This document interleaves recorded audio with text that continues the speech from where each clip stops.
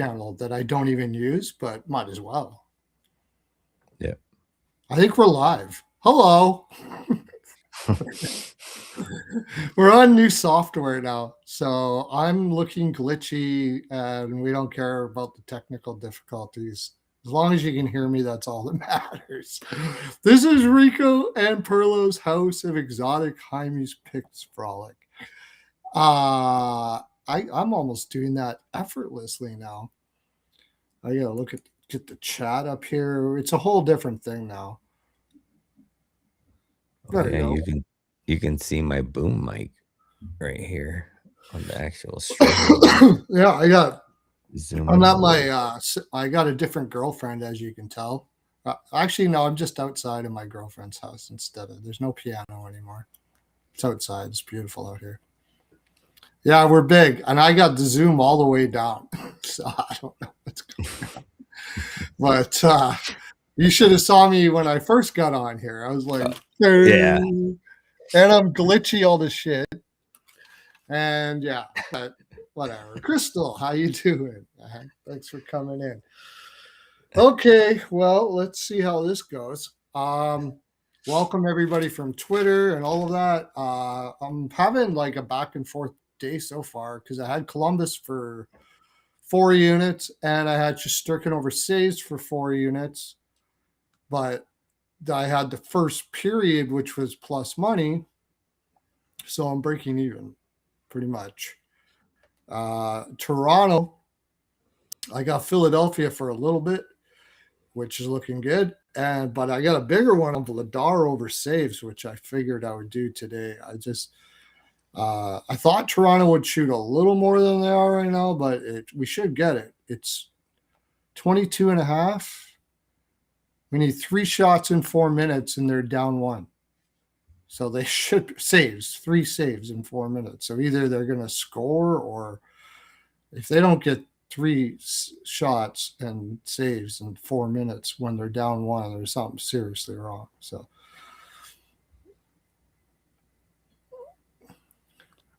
yeah, let's see. But Toronto has let me down many times before. So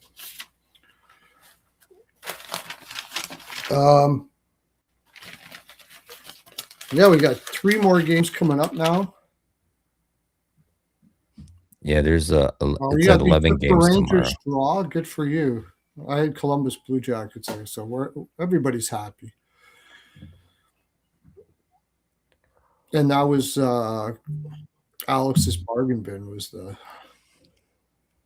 What was it? Around too much. Columbus Blue Jackets. His bargain bin, or is best bet. Best bet. Right.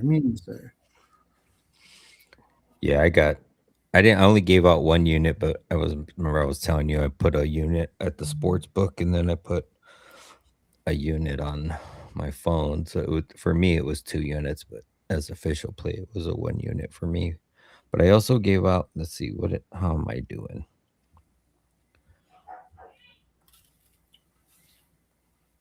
Oh, sounds like my dogs are fighting.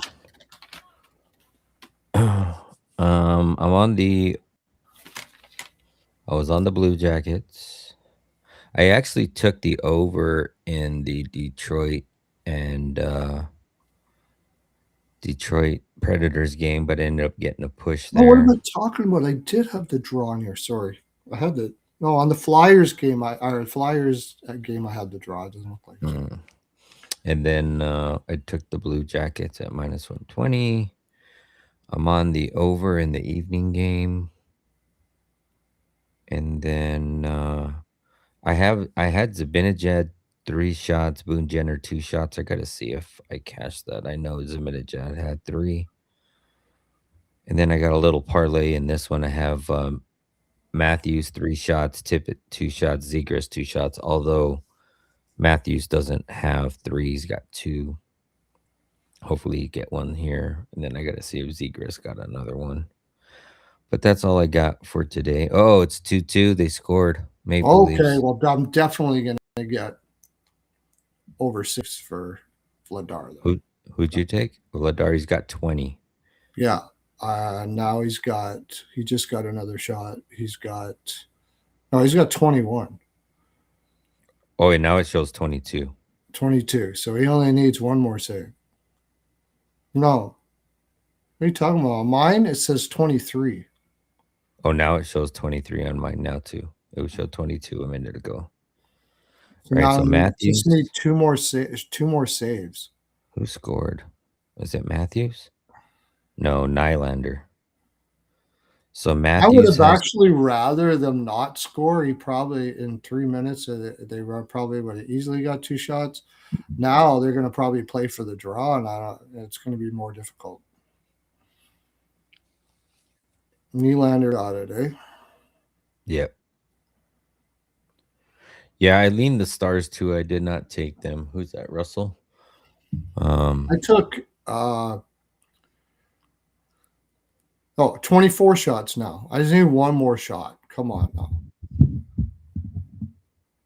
One more save. Watch Toronto score now in win in regulation or something. one more time.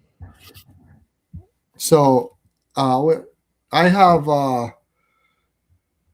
Maverick Bork over 1.5 shots and Dallas money line. And I have Dallas in regulation. And who do I have over saves there? No, I was looking at. No, I don't have Come over on. saves now. I need a Zegras shot to cash that parlay. Let me see if I got anything in that last one. Damn, Jenner hadn't had any.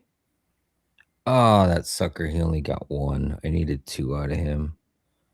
How many did Zabinajad get? 4. Yeah, it was Zabinajad 3 Got and it. Boone Jenner Got it. 2. I got the Vladar over saves. Nice. And you only You got better one. count that as a save. Because a shot from the point went right at him.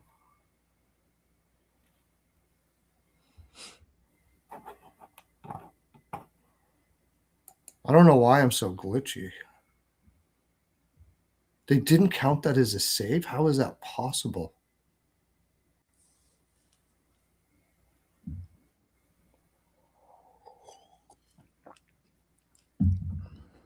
It's not possible. Let me see what it says on the. He shot it from the point and went right at him.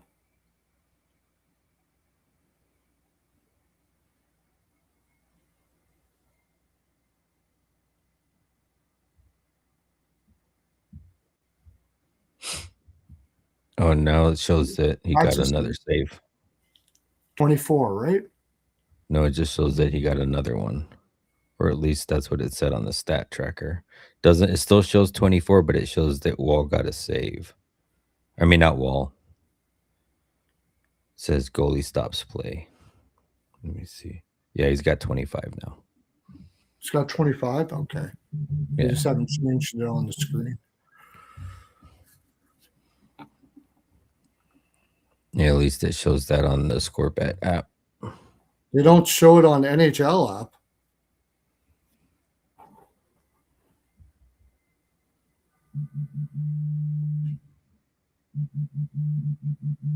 Oh yeah, they got that. Yeah, they do. It's showing now. Okay.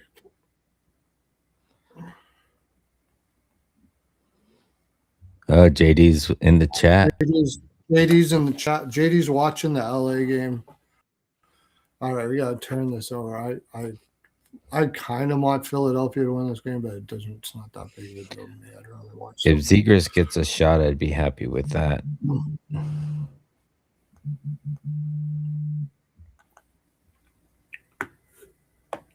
We're on now.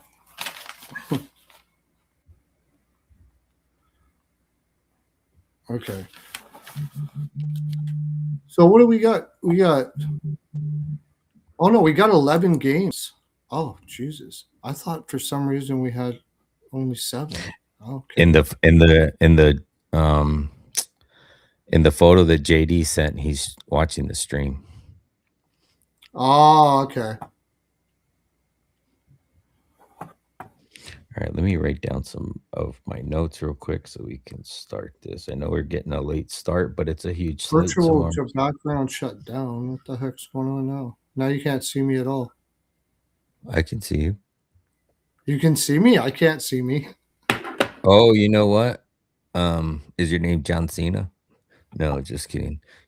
You can't see me. You're frozen. It looks like you're frozen, Oh, or don't you're tell me very I'm good gonna at have these. standing still. Don't tell me I'm gonna have these problems again.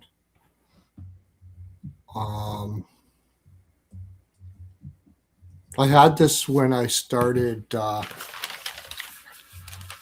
had this problem when I started with StreamYard too.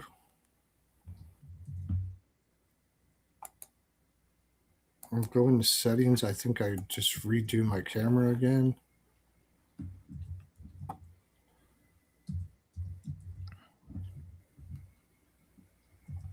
Yeah, I don't think this has as high a power as. I might have to get rid of a whole bunch of stuff in my Windows.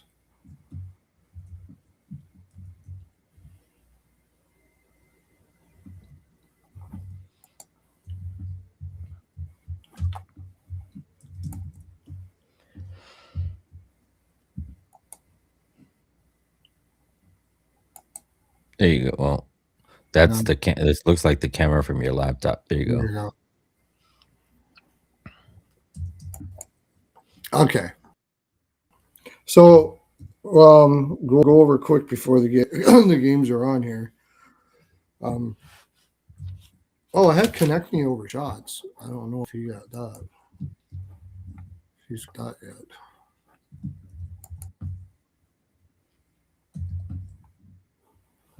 I got Vladar. Vladar was my biggest bet there. Vladar over saves. So.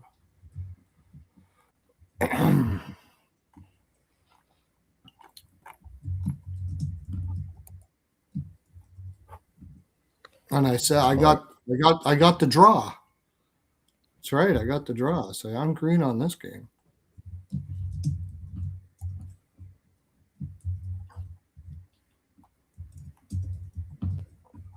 Oh no, I don't have Konechny. That's right. I didn't bet it because Konechny's not playing. That's right. So the next game I got Bork over shots at 2.5 at plus 150. Over 1.5 stars money line, stars reg, and Canucks team total under. That's what I have on that one. so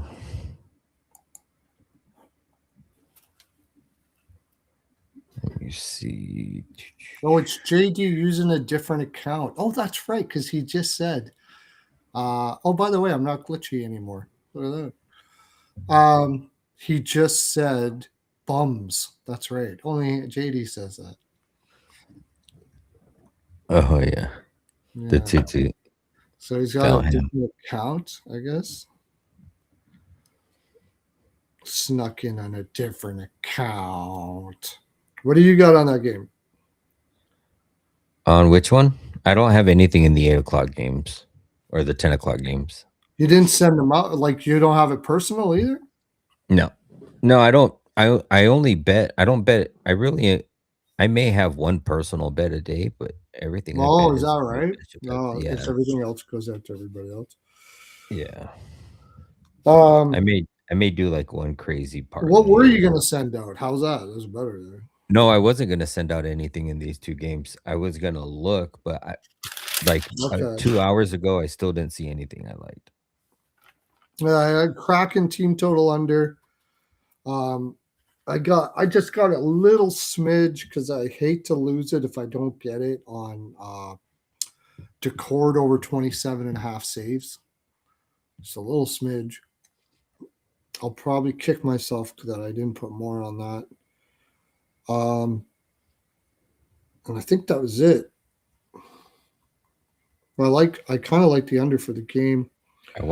I was waiting for the lineups to see, is Moore playing or is he out too? I heard he was out, so I was waiting for that. Let me see. Moore is out. Yeah, he's out. Yeah. In that game, I got a few things. I got a bargain bin too. LaFerriere. And in the Dallas game, the Dallas game, I have Dallas and Reg. I already said the overshots and all that. And I have Johnston to get, why is this sticking out? Get back in there. Johnston to get 2 goals. So one of my bargain bins. And my other bargain bin didn't happen. It was Lawton.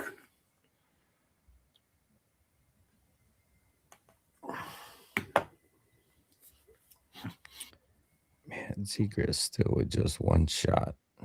2 minutes left. Come on. Carolina's already got 4 shots. Yeah, they're doing exactly what I thought. Let's see. Seattle's not going to let them down, though. But best shot suppression team. 5 shots now. So that saves is looking real good for the cord.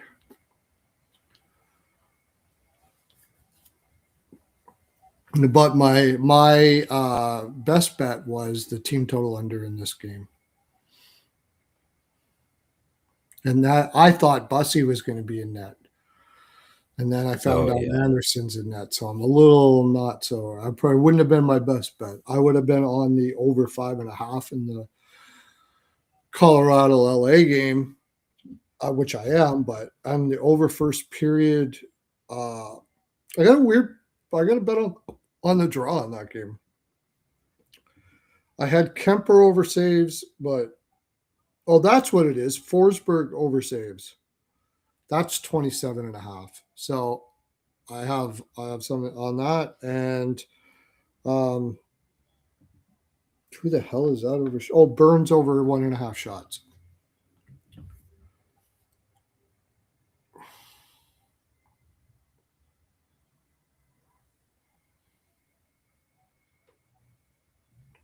Yeah, Malinsky was shooting a whole bunch too, but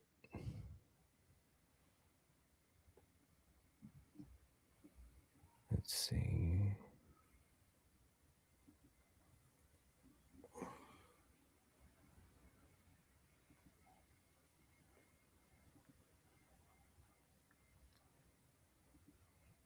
Kempe always shoots a lot against Colorado too. I just don't know how much he's going to be shooting with Panarin now on his same line.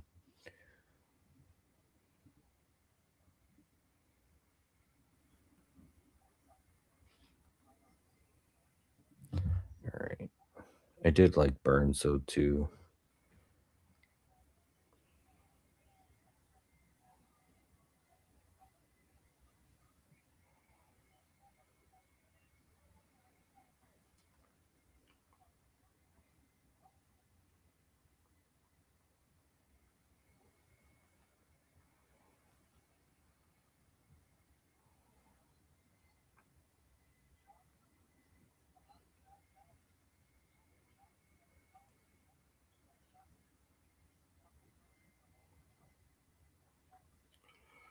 Okay. All right. We better get into this card. I thought it was a 7-game card. No, it's 11. Yeah. So,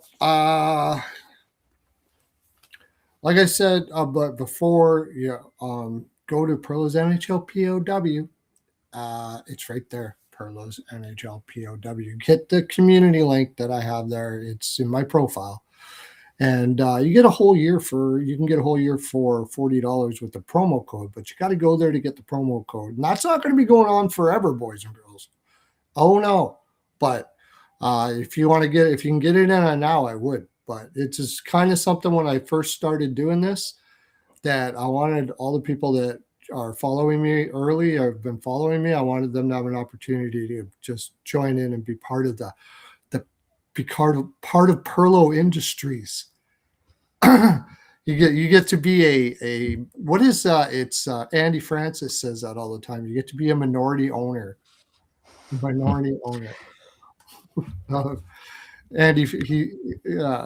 that with his Patreon. So yeah, head over there and like 1 full year. Now, of course, that is going to include summer, but you get it for life too. It's not just 1 year. You get it for life. So you become a minority owner of Pearlo Wisdom Industries and about Hymes.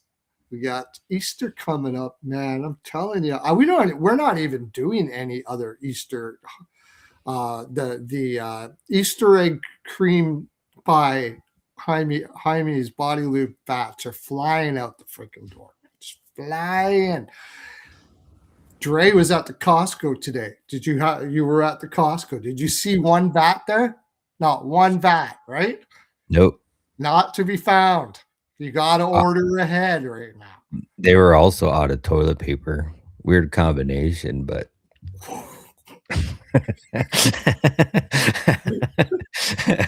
What the hell? it's usually right there, between the toilet paper and the hand sanitizer. And they were both gone. Oh, that's an interesting.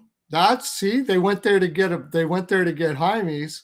No Hymes. So what do you need? You need sanitizer and toilet paper. Of course you do. That's what you need. All right, let's get okay, so I gotta remember. Is tomorrow night on your channel, is it? It is. You are Tomorrow correct. night's on your channel. So exotic wagers.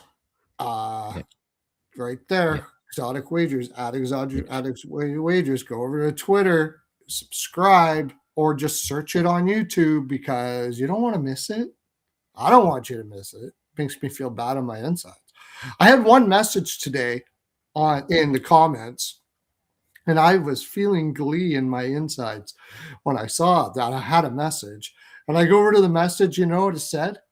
It said, you got to mute while you're eating.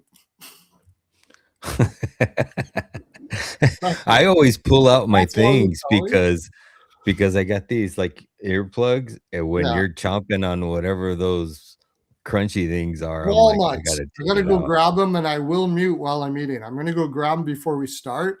My doctor said that I have this little bit of a thyroid issue, and he said eat roasted walnuts. So I got to go grab them and eat them. I'm not a fan of them, but if I'm not paying attention and I eat them, then you don't want to miss it, Grant. I know you don't. Grant doesn't want to miss it. That's for sure. See, be a Grant. Be a Grant is what I'm trying to tell you. I'll be right back, and then we'll get started. Or you can do, what's the first game? Let's just get the first game in. Pittsburgh, Boston. Oh, I got to share screen. Got to remember to share screen because then I get spankings for that. Pearlo's House of Spanking. That's what I said. I was going to talk about that. Pearlo's House of Spanking. Haven't been promoting it because we don't have to. It's just, they're all over the place. We just opened one up in Beijing, another one. They got tons. So Pearlo's House of Spanking. It's like a massage parlor, except when you're feeling like really guilty inside and you did something like really stupid, nothing makes you feel better than a good spanking. I'm telling you right now. So Pearlo's House of Spanking, that's another one of my projects, but I'm so focused right now on Hymes that I'm not really paying attention to it anymore. But we'll be talking about it as we go through the stream now, because I've been getting DMs asking me about it. I don't know why you got to ask. They're all over the place.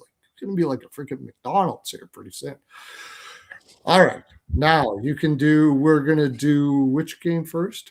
Pittsburgh, the Penguins. How about that? Somebody said in the chat yesterday, why don't you just call them Penguins? I'm like, yeah, I guess. Penguins, regardless. Just Penguins. I know you I prefer Pittsburgh because I get to see JD's screw face and he gets a little uncomfortable. It's fucking awesome. It's got the bitter beer face going on. Oh yeah, right, yeah. It's one of those the grammar police probably too. I had a friend that was like major grammar police, and I used to purposely fuck up all my grammar when I was around him just so I could watch him school. Don't let me know that shit because I'm gonna fuck you up. We're starting with the Pittsburgh Boston then. Flyers win in a shootout. Ooh, Flyers. Nice. All right, we have the Pittsburgh Penguins taking on the Boston Bruins. Pittsburgh is minus 104 on the road. Boston minus 115 at home. Over under is set at 6.5, slightly juiced to the under. Pittsburgh is 31-15-3 on the season, 16-7-6 on the road. Boston is 33-21-5 on the season, 22-8-1 at home. Head to head between these two teams, Boston's won 8 of the last 10. They are 4-5-1 to the over under, so 4 overs, 5 unders, and 1 push. Let's see. They have played once this season back on January 11th in Boston, where Boston won 1-0. Super low scoring affair. Pittsburgh is 7-1-1-1 in their last 10, even 500 on over unders. Pittsburgh is coming off of a 5-0 win versus Vegas. And let's see, tomorrow is the 3rd. So Wednesday is the 4th. They did not play until Thursday, where they travel back home to take on the Buffalo Sabres. Boston is 5-2-1-2 in their last 10. 7 of those 10 have trended to the over. Boston's coming off of a 1-3 loss versus Philadelphia in Philadelphia. And Boston does not play until Thursday as well, as they travel to Nashville to take on the Predators.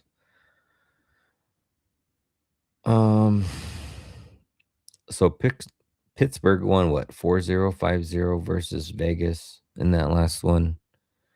I know Vegas's lineup came back. I really didn't watch that game, but I felt more so wasn't really Pittsburgh that won that game. It was more so Vegas that is just not playing very well at all.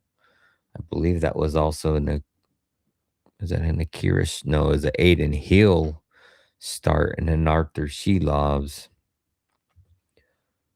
Pittsburgh got 3 goals there in the second period. Pretty much at every 5-minute mark throughout the second period. So, and they were even on shots on goal, 22 shots on goal on both sides. So, oh, man. I mean, Boston's almost a pick 'em. Boston owns this matchup. But Boston's coming off of that 1-3 loss to Philly. Like, you would think that that's definitely got a sour taste in their mouth. They've also lost 3 of the last 4. Boston's at home where they're really good, 22-8-1. I know Pittsburgh is Pittsburgh is just as equally good on the road as they are at home.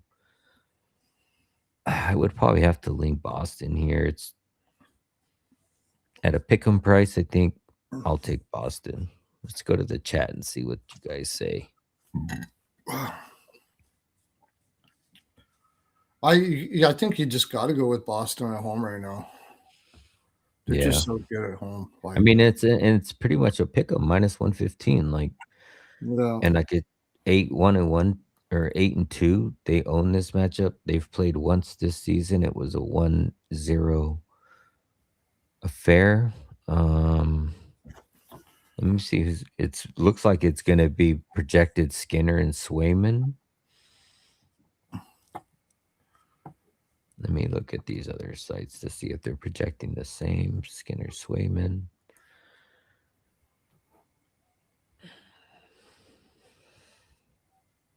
I think that's the only way I can look.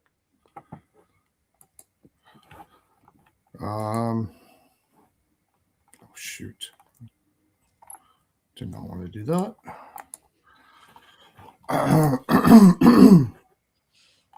Pittsburgh coming off a win against the biggest team that was on heroin. Pretty much like it's about as easy win as they can. They've had won 4 of their last 3. They lost the first one after the break. Like, did you watch any of the Pittsburgh and Vegas game? That 5-0 shutout I just was said that oh, Vegas was on heroin. I'm pretty sure. That's. so it was not so much that Pittsburgh was playing well, it was just more so that I Vegas mean, is still looking it's like hard to shit. tell if they were playing well because Vegas was just playing so shitty that, like, Vegas was playing as bad as you've ever seen Toronto play this year. Let's put it that way. Uh, it may be worse. It might be the worst effort I've seen. Not really just effort, but like just totally disheveled. Not couldn't pass. Had their head down the whole game. Just totally annoyed, and it looked like they just were completely frustrated right from the first puck drop. Like they'd already lost, pretty much. Like I get that Skinner's in that and both goalies are probably, probably just sub barely 3 goals allowed. I'll look at those stats here in a minute, but why is the total 6.5 when the last 4 games have not got more than 5 goals? Like, you have Well, Pittsburgh that's been well, I mean, they only put up 2 against the Rangers, but they scored 5 against Vegas, given it was Hill. I lean the under here at 5.5. I mean, at 6.5. The game earlier this season, it was a 1-0 shutout. Let me see who was in that lineup. Was everybody in that lineup? the only thing I could think of is it could be a very tight game because of Yeah. their playoff positioning. Um, I mean that drives the score down though as well. Like, you put just it's a tight game is more defensive. for Boston, the biggest concern is ever since they came back from the break, they've been horribly outshot. Uh, that's Now that was one of them was on the road, but you shouldn't get outshot by Philadelphia. I don't care if you're on the road or not. Against Columbus at home, they won, but they were outshot 40-23. Um, Before the break, they were putting up lots of rubber against.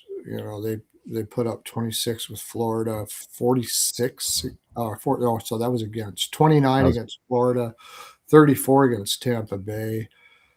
Um, I was putting up a lot of rubber in my 20s. yeah, that's what she said. Yeah, yeah. I don't know. I was so young that yeah, maybe not so much. Maybe more that maybe not as much as I should have been. Um, All right, so looking at Skinner's numbers, he is 2-1-1 in his last 4 games versus Pittsburgh. He has a 2.36 goals allowed and a 909 save percentage, but when you look back at his recent form, yeah, he only gave up 2 to the Rangers, but the Rangers are struggling to score at home. Then the game before that, he gave up 5 to the Islanders. He also gave up 5 to the Rangers in that other game at home, not in Madison Square Garden, but at home. And then previous to that, he was 2-1-3-3-1-1-1. So I don't know what it is, but after January 15th, well, I mean, he did have 2 against the Rangers, but like I said, it's the Rangers. I mean, any fucking goalie should only give up 2 goals against the Rangers the way they're playing. Um, yeah, it's Boston in the under for me. It's 6.5. Maybe you take no goals first 5 and you bump it up to 7.5. You could probably get a playable line at that price. yeah, I don't mind that. Yeah, I don't mind that. But because it's a 6.5, right? Yeah, I don't mind Yeah. that. No goals first 5 and under because it probably will start. I wouldn't doubt it's going to be. I mean, it's weird because it should be a tight game. They both should be trying to. I don't even mind the draw here. Draw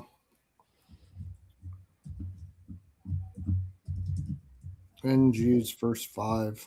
See what the price on the 7.5 is. Might get it like minus 120 or something like that. Yeah, that's what I'm thinking. That being said, they both, I mean, Boston hasn't been, and I think that should be their focus here. I think they'll both still throw a lot of rubber at them. That, and maybe that, because they both do shoot a lot. Look at the games that they played before. Did they? Well, like Boston's 7-3 to the over in their last 10, but I mean they had 5 against Tampa Bay, 4 against Florida, Yeah, but 4 those were against. on low shirt. That was high shooting percentage goals. Mm-hmm. And then Philly was at 3-1. You also don't have Crosby in this game versus the last game in that 0-1. Head to head. Yeah, Okay, it's well, the with last game, Boston. I was super tight. What the hell? I'd like to see where that spot was. They didn't get many shots, but Yeah, that's what I was looking at. It the was like games before low that, they 20s. did pretty well, 20s to 30s, and it still ended up being under. Um, Boston's won the last 3, right?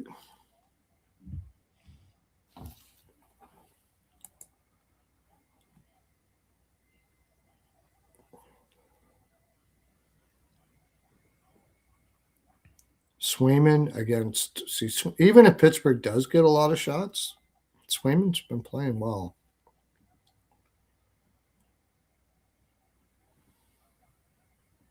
I wonder what his number's going to be tomorrow, because it'll be a desperate Pittsburgh team, and Boston's not a good shot suppression team, especially right now.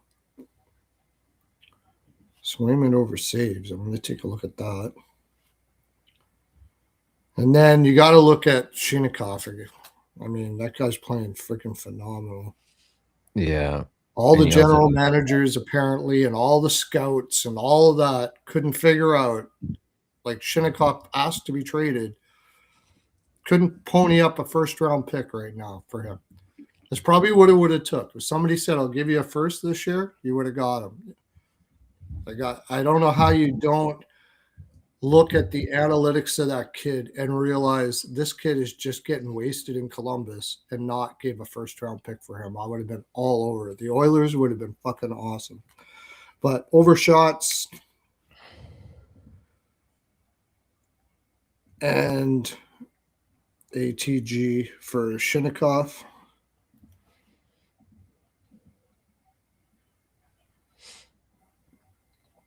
A little bit on the draw.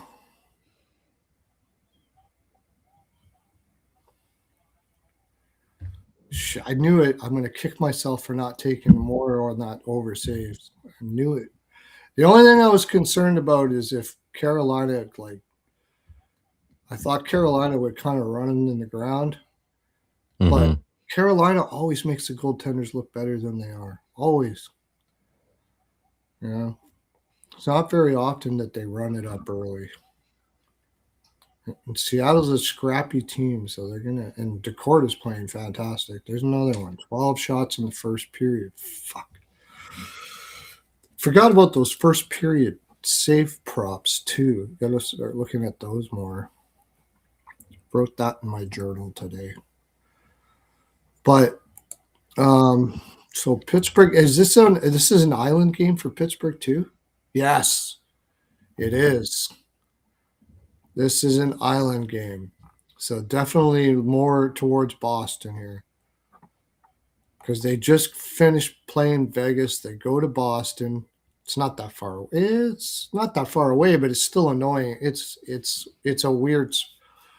It's weird to get on a plane. You go play against Boston. That barn at home, and then you're going back home right after that. So you're packing up again, going again, back again. Yeah, funky spot. Boston in the draw. Boston -1. I'm just a little concerned that they've been surviving on a high shooting percentage. It's the only thing I'm concerned about.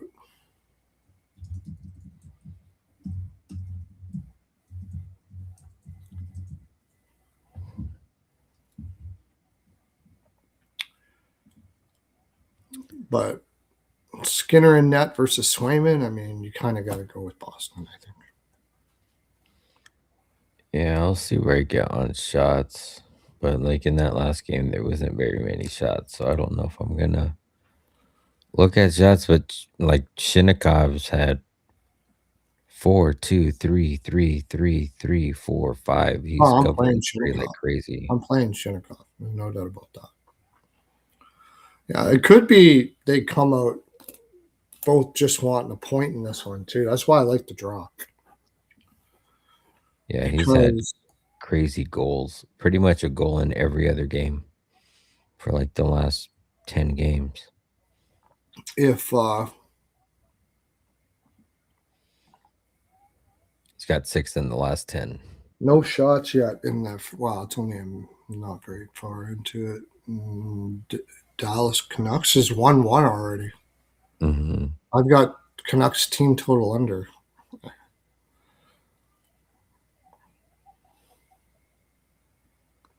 The Kraken too, though, right? Yeah, that one's even more. I got that one for more than the Canucks one.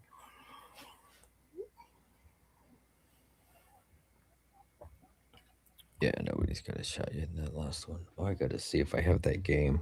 I can almost bet you that I'm not going to have the Colorado game.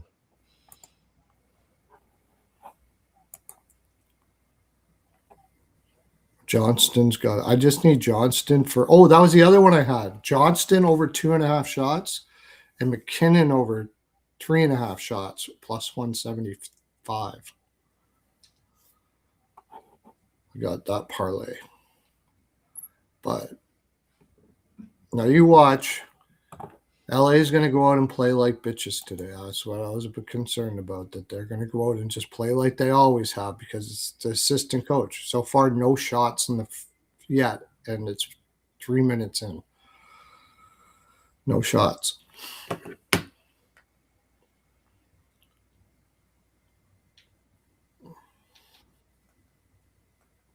Yep, I don't have the damn Avalanche game. I'm going to throw that game on. That one's more important to me than the other one. I think we got this one. Yep. I mean, Pittsburgh allows a lot of shots, but the question is like the last game was tight. And if they are going to play for a draw, well, that's what I was going to do. Pick the picks. You know what I'm going to do? I'm going to start saying Pittsburgh. That's what I'm going to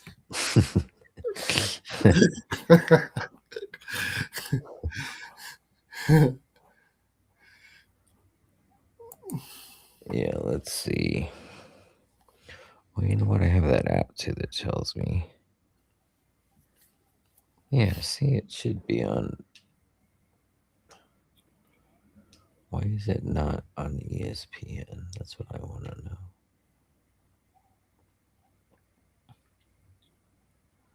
My Wildcats are playing.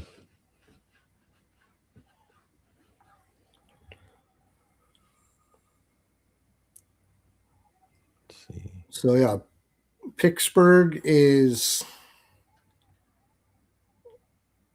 Watch out for Montreal. I mean, the Bruins are just hanging on to a playoff spot too, right? Yeah, I'm pretty. Yeah, no, I mean, I think they're way out in front of like Columbus, right? But they're. I have to For the look at wild that. card. For the wild card, Washington is 2 points behind them. Oh, Two yeah, points that's right. behind them. So yeah, I mean they're gonna want more than a point here. Like it's getting down to the nitty gritty. Um, Pittsburgh's a little more comfortable, 4 points up, but I mean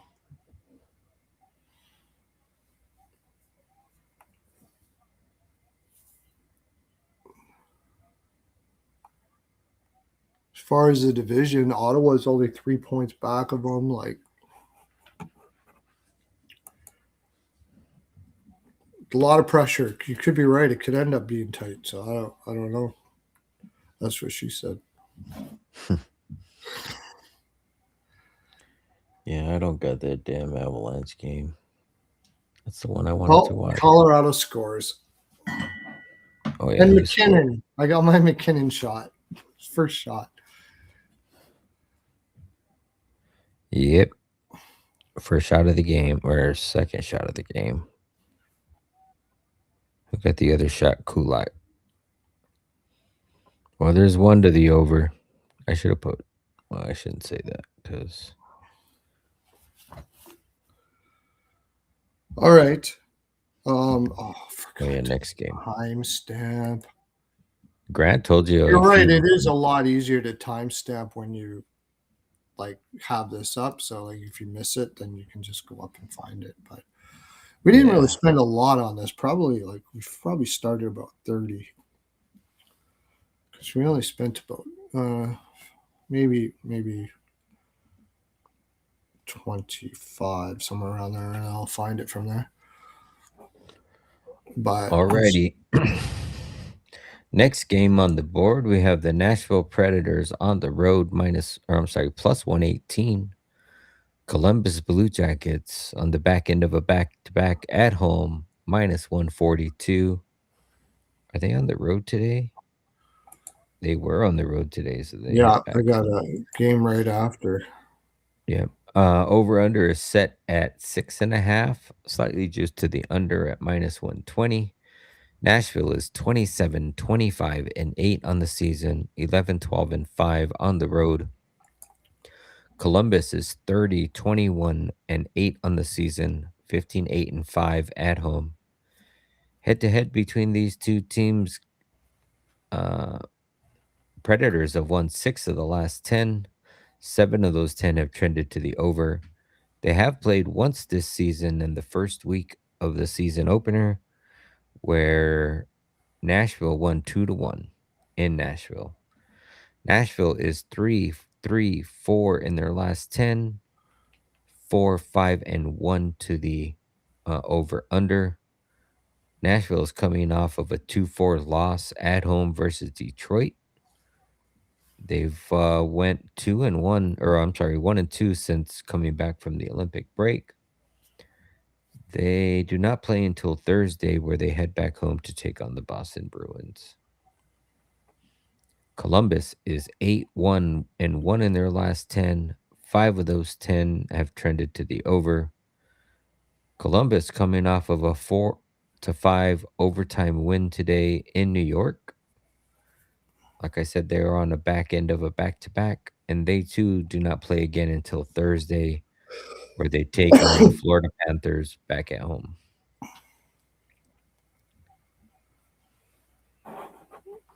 So we've had Greaves play tonight, correct?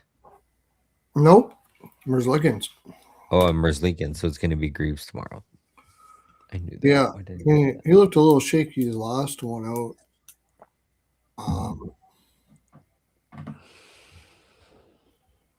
Nashville's fading fast. That lost. They were at one. Yeah, they beat Chicago and then lost to Dallas, and Columbus has been going to OT a lot. You can put another draw in here. They let them back in. They kind of.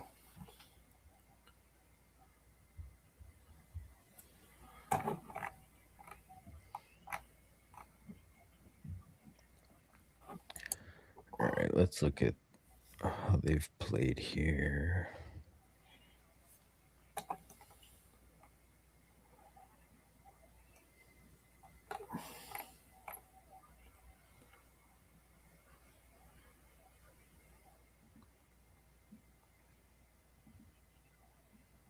So it looks like it's going to be. Oh, are the Preds on a back to back? It looks like it's going to be useless on and in. Yep, it's going to be on him, but he's not really useless now. Yeah. But I mean, he's still the weaker goaltender for sure. Yeah. Columbus has been playing pretty close to the over. I think I like the over in this game. Nashville, I mean, if they got to start winning in regulation. They can't be worried about draws. So I mean, because they're like quite a bit out, right? Oh, JD says he's putting stats into the chat. Oh yeah. I haven't Oh been no, looking. Nashville's not far out. I guess they're far out. Yeah, they're not far out. 62, 4 games. Um,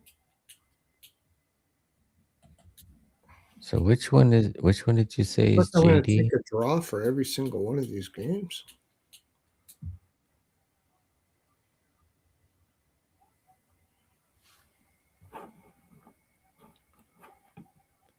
Both teams already played today. Oh, that's right. Nashville did play today. Yeah, Nashville played a day game today. Then they went to Columbus. Oh, that's why it wasn't ringing a bell. I totally Mm. forgot about that morning game. He's sending stats in the chat. What does he got? Well, I don't know. I was wondering if he is the RMJMI Yeah, he 95. is. But I don't see any Okay. stats yet. He said he's sending. So he hasn't sent them yet? No, somebody said JD nice. So Preds are 2-7 on the back end of back to backs. There you go. There you go. I was going to already lean Columbus anyways.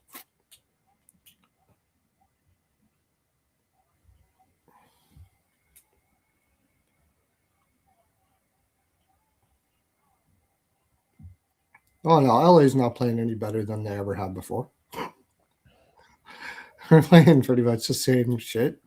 I kind of thought I was wondering about that because how is it? It's a coaching change, but it's just the guy that was on the other end of the bench moving over, and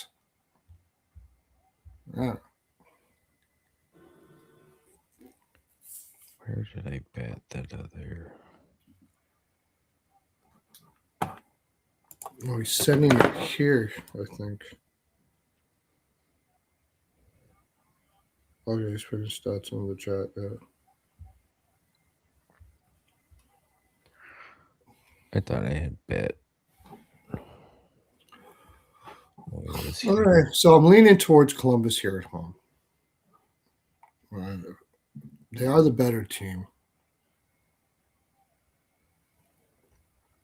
Oh, there's over first period. Says get Ian a DJ Smith frame photo for his office. Yeah.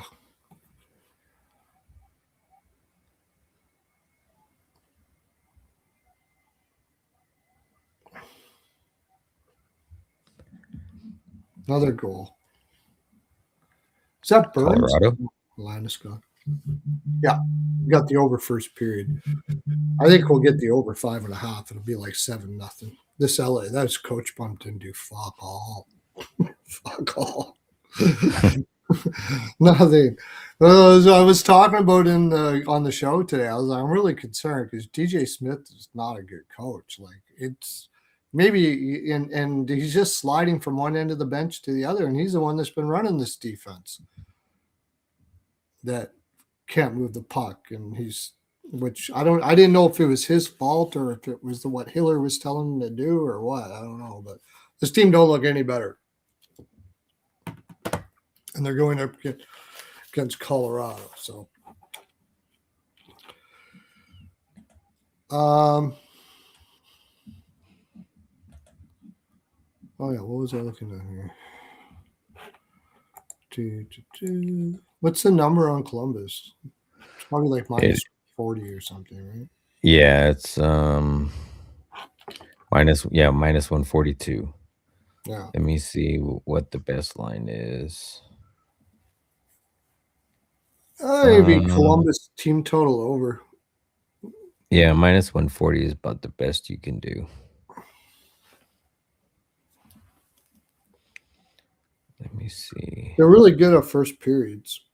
See how like Columbus, okay, yeah, I know they had an afternoon game, but they have I think isn't this one game at home and then back again? This is an island game for them too. I'd like to get a record on island games because it just seems that teams lose a lot in those island games. Yeah. They're going right back to play Boston after this. And then they go play, is that right? Yeah, JD, I don't see where your comments are because RMJM is I not saw it. him. I saw him do one. He said the back to backs, but I'm taking Columbus. He Blue said his. Jackets. It's probably gonna the team total. I would like to get a 3, but I won't. Not a minus. Not because it's what the total is a 6, flat 6. No, it's almost a 6.5. Yeah, I don't see any of his comments. Maybe you can see him, but I can't see him. Weird. I could see the over, but if I'm going to play that, I'd probably just play CBJ over. And I checked the X stream and it's not on there. So, I caught it. He put the but he back to said, back record. Did but you he see the said that back his name is Show Me the Money Hockey Betting. There you I go. don't see that anywhere. Right there. Right where? I just put it up on the screen. Can you not see that either? No, I can see that. I just can't see it in the I chat found on it in the chat and I just put it up here. because yeah, I'm watching it on live on It's YouTube right and I don't see the chat. That's right weird. when Swag came in and said, "Gentlemen, by the way, Swag is on tomorrow night." So Oh yeah. that'll be exciting. Tim's going to be on tomorrow night with us. Blue Jackets money line versus Preds. Yeah, for some reason it's not showing it to me in the stream that I'm watching, but you just put it on there. The only thing is the Jackets have been playing way too back on their heels. Like they're playing scared. It's a little bit. They did that against the Rangers. I kept on saying like you got to get pressure down there. They were playing. I know Oh, you I want see to it play now. behind the play. I know you want to play. Make sure that you're always in the backside of a player. You don't want to be. That's what he said. But I it's had it I had it on Minnie's top body weight chat is the instead of best. live chat. So now I can see it. It I says forgot. Jackets 12 and Okay, 4 at I home and don't. Nashville's 4 and Ted is a road dog. Yeah. 12 and 4 is a home favorite. Yeah, take the Jackets. Hymes body weight is the best there. I said I forgot all about that. I did promote it because I promoted Ice Guy. So Davis isn't going to call me in the morning and give me shit. Give me a spanking. Um,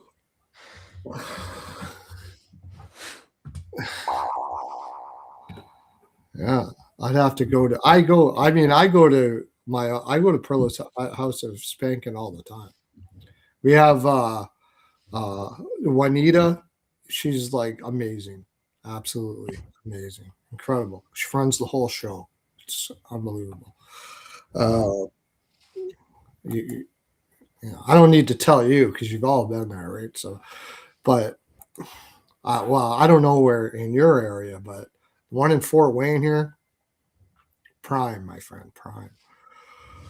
It better be prime everywhere. I own the fucking thing. So tell me if there's a problem. First period money.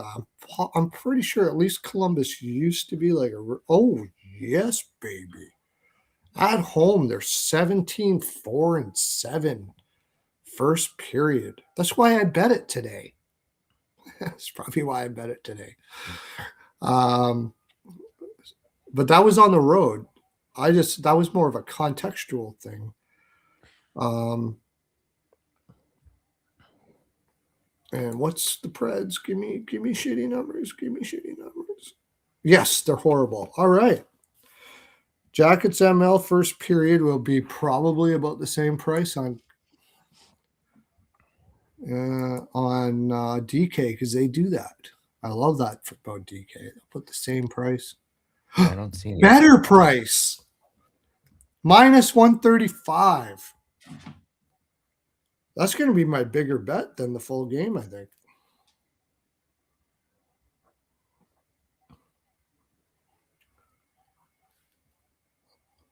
I might even I'll split it. 1.5 and 0.5 on the puck line is plus 154. There we go.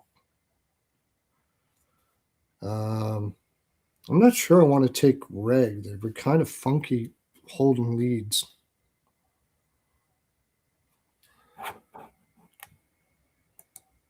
as of late.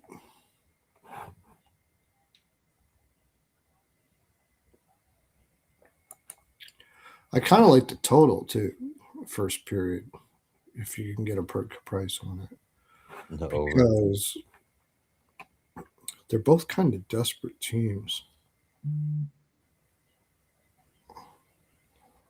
Yeah, I don't have the damn. Yeah, it's a blackout game for me. Suckers. What's that? The Avalanche game. I Oh, was trying to watch it on ESPN Bet. I mean ESPN Bet, ESPN Plus. yeah. That's right. My Wildcats are kicking Iowa State's butt.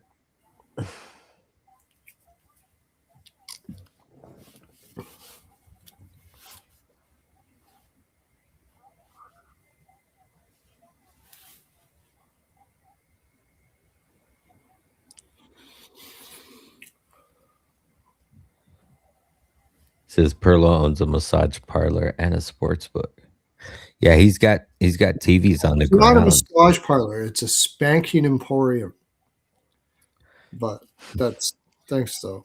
Yeah. He's got TVs on the ground, so when you put your head through the little hole in the massage machine thing, you can Well, of course. still watch your So you have game. been there. I knew you were there. You said you hadn't been there before. You do know that. Yeah, I knew you were. People don't like to admit it, but you've been there. I might look at the team total over, but I don't know if I want to go 3.5. Ananen hasn't been playing bad. How has he been doing recently? I know he was doing good Here, I'll earlier. tell you. Jesus Ananin. And we have Blue Jackets. Boom. Boom. All right. So against him, he's not too bad. Well, I mean, he's 0-2, but he's a 3.15 and an 8.75 save percentage. He's given up or both of the game. He's only played one full game against them, and it was when he played for Colorado in the 23-24 season, and he gave up 3 goals. But the other ones were 2-1, but he only played one. He played one period, and the other one he played almost 2 periods. He played 35 minutes. But recently, he is 5-3-1 with the 2.63 goals allowed and a 9.1 save percentage. Yeah, see, So he he's has not been been playing bad. better. He's been playing better. That's what I mean. Yeah. He's been playing better. I'm almost leaning to that because I'm pretty sure Nashville gives up a lot of shots. So I'm almost leaning to that Ahonen over saves. I think I like that because you should get a good number on that.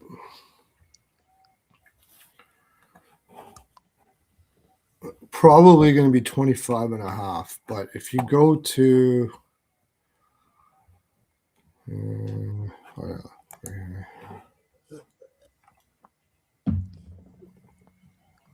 playing against each other. No, that's Seattle not. just scored. No. Fuck. Capo. Capo Caco. Yeah, Caco. Anderson. If it wasn't fucking. Wouldn't have made that bet if I would have known Anderson was in. I didn't see the goal, though. Could have been. No. I mean it went through his arm. Through his arm or around his arm. Let me see. I can't tell. It did slightly tap him though. I do got the under on the game, too. But Colorado should wake up here and start. That's good to know, Rich. You said Kopitar's next game is number 1500. Oh, okay.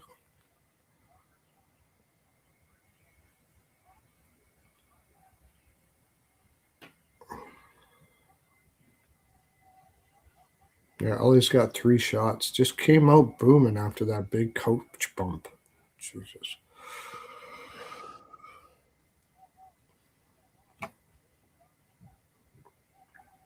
Nashville shot against Dallas got 25. I mean, Dallas is just low shot team. Chicago, Washington at 30. This is before the break, 43, 34. They give up a ton of shots. And Columbus is one of the highest, is the 5th highest shot volume team in the league. We're a little down against the Rangers at 28, but 30 against the Islanders, 40 against Boston. Ahonen over saves, or maybe do that CBJ shots for the game. Oh yeah, I could see that. Let me see what.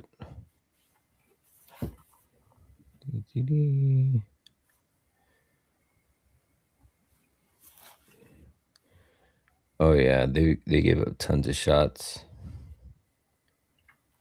especially against Columbus. 39, 37, Oh yeah, 28, Columbus, 37, yeah. 34, Columbus puts 40. ever since bonus came in, they've been even putting more up. So overshots is probably a way to go for Columbus. Maybe don't trust Danonen to save them. The only problem will be if they put it out early. If they put it away early.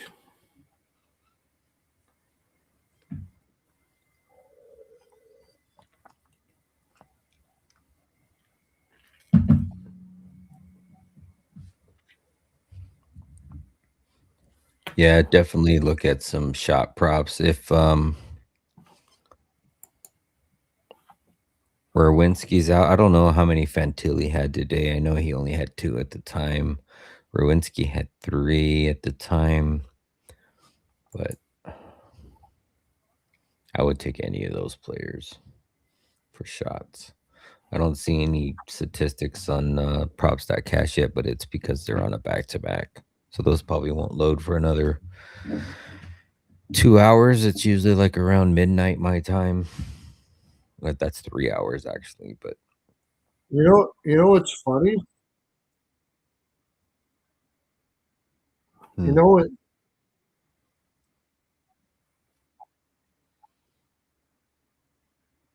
You know what's funny? what's up? They don't. They. What's up, Rico? Yeah. How did we get an echo there? Hmm? I got a delay when I'm talking to you now. All of a sudden. A delayed echo on yourself? Yeah, I'm echoing all of a sudden. That's weird. I don't know if the stream is. Yeah. Oh, wait a sec. Maybe I know why. Duh. Oh, you have Mm. watching the I stream? got I got Twitter on, Oh. but I just Yep, he looked did over not at the play today. Twitter.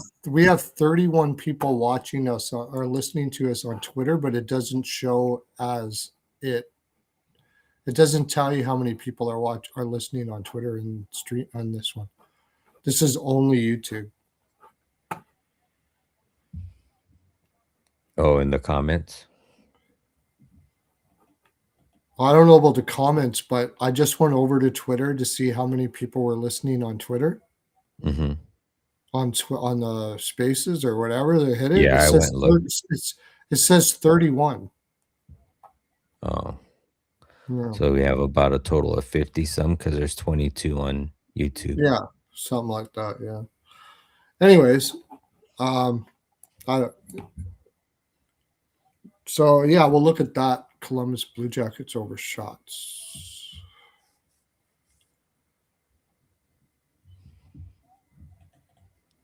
Yeah, like 13 total. I could see that for sure. It's Line's three probably and a not up half. on Bet Rivers yet. They will be on DK, I would imagine. plus 105. You might be get a minus 140 on the 3. I don't mind that. Split it.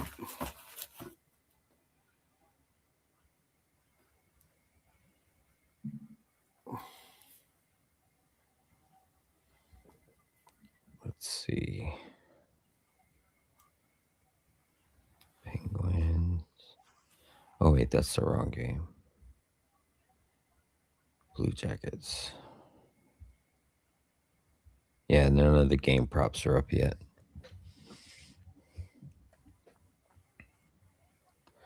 But yeah, it'll definitely be shot props for Blue Jackets. All right, you want to move on? Yep. I don't see the stream time on this one either. You don't see it? Oh, yeah, it is. It's an hour and 11 minutes. I see it now. Yeah.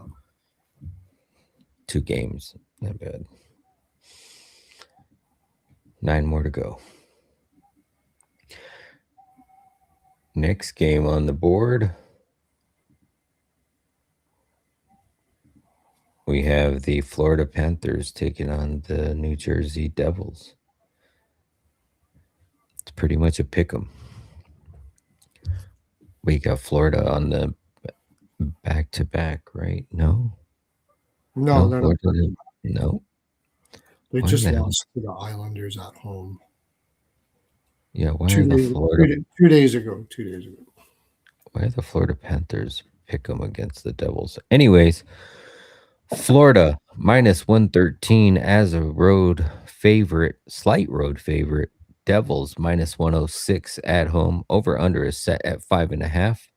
Slightly juiced to the over at minus 118. Florida is 30, 27, and 3 on the season, 14 and 13 on the road.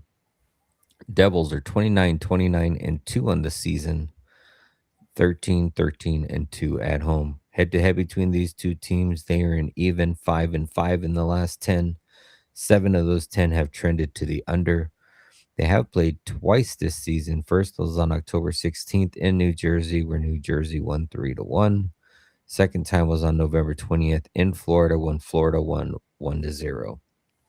Florida is 3-7 in their last 10, 7, 2, and 1 to their over-unders.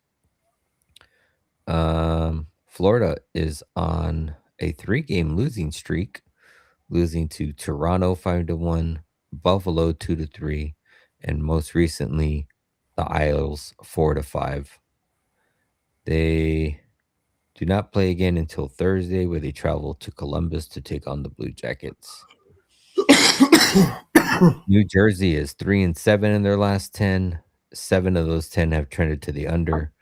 New Jersey coming off of a 3-1 road win against the St. Louis Blues. They will be on a front end of a back-to-back, as they will take on the Toronto Leafs back at home on Wednesday. So you got Jersey on a front end of a back-to-back. Like, as Po Buddy would say, this has got to be a get-right spot for Florida. Although the head-to-head matchups, they're an even 500 in the last 10. They've went 1-1 this season. Both teams have won in their home court. Let me look at these lineups. Oh, man. Bobby and Allen. My best bet's not looking good. Well, they're I think they might be reviewing it. Good. Hopefully it comes back. I have the volume muted, but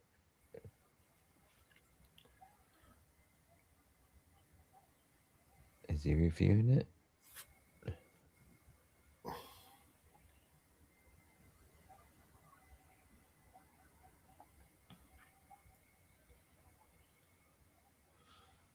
The over in the LA Colorado game's looking good though. That should have been my best bet. I don't know. I talked myself into the crack and Well, maybe they didn't. Did they score? You said. I don't think they scored. Oh, it Still got 0. it came back. It's off. Good, perfect. Mhm. That's good. That's all I have to say. Okay, let's get back to business here. All right, OG. Have a good evening. Yeah. Said he's worked 40 hours in the last 3 days. Oh, I know. He's a workaholic. The freaking guy's crazy. Oh, yeah, he told me about it. But he gets days off during and then he works like 3 days, like 14 Mhm. hours a day or something like that straight.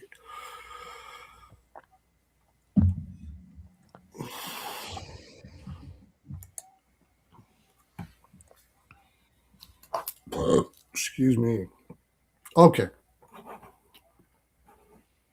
It's hard to focus when you're sweating shit. That's what she said.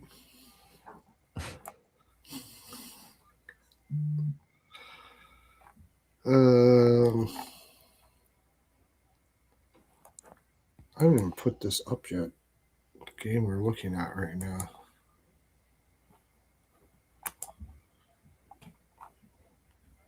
Florida, New Jersey.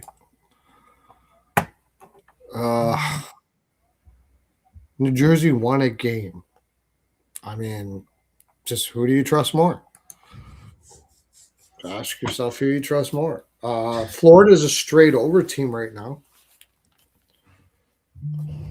Bobrovsky's not playing well. New Jersey's going to throw a ton of shots on net. It's a question if they can score. They actually got what 3 last game against St. Louis, who was in an island spot, and I should have been all over New Jersey there but if it wasn't for New Jersey, I don't like. Well, Seattle just scored. Oh fuck! Fucking Anderson.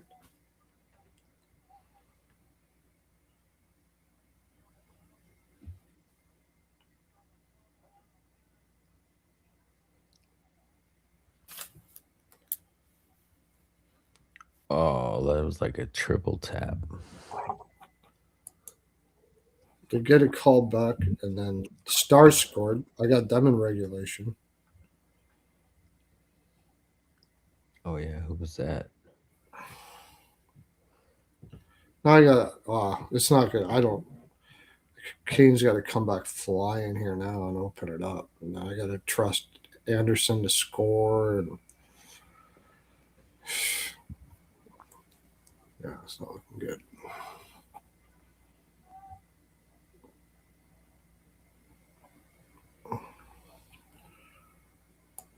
Who's getting a penalty?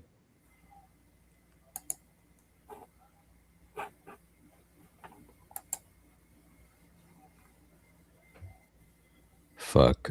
Seattle's going on a power play. Oh my god! Well, Carolina doesn't give up penalties. See, we were talking. Remember that flight we were talking about? Mm-hmm. I think it's fucked up their legs or something. Or they haven't been on the road much for a long time too. A good thing I didn't take them for a side because of that, but I thought they would shut down Seattle.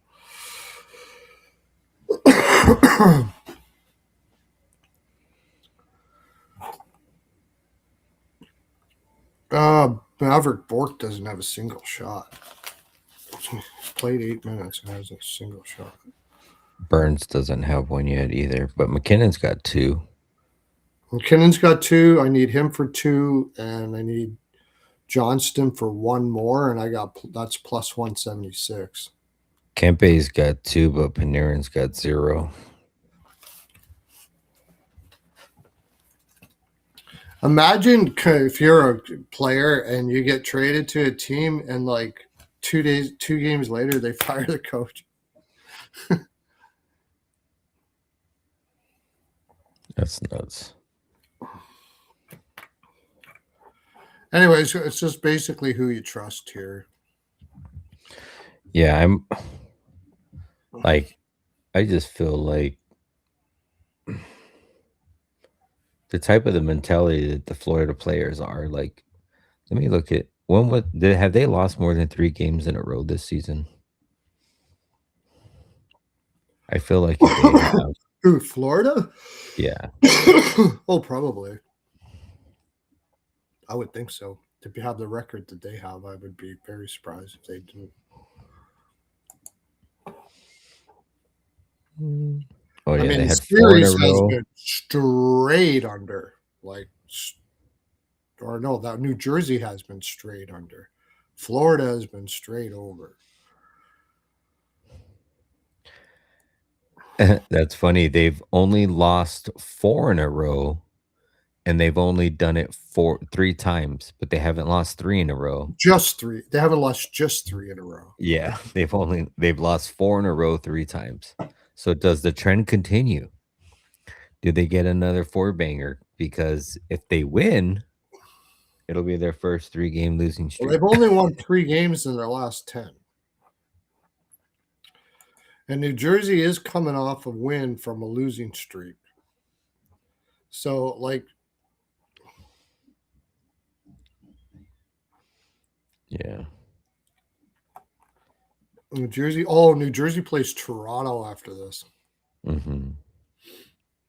at home. And Toronto's kind of and injured down there. yeah, and they're on that front end of the back-to-back, so They're on the front end of the back to back. yeah, I probably if I'm betting anybody, it's gonna be Florida at a pick 'em price, but I don't know if I can I'm get not there with loving the this way that they're game. playing. I think a draw would be just perfect here. Neither team need a draw though. If they want to get anywhere, they both got to win in regulation. But Obviously, said take no goals first 10 minutes. I kind of agree with that. I like that. Maybe that's it. No goals first 5 and under. But I don't. Florida's going to throw a lot of rubber in that. It's going to be Markstrom in that. He's played a little better. It's Allen, It's Allen. Okay. or at least that's who's projected anyways. I should say that because he's not confirmed. They'll never play Bob on back to back, right? So it's got to be Bob here. He just hasn't played very well.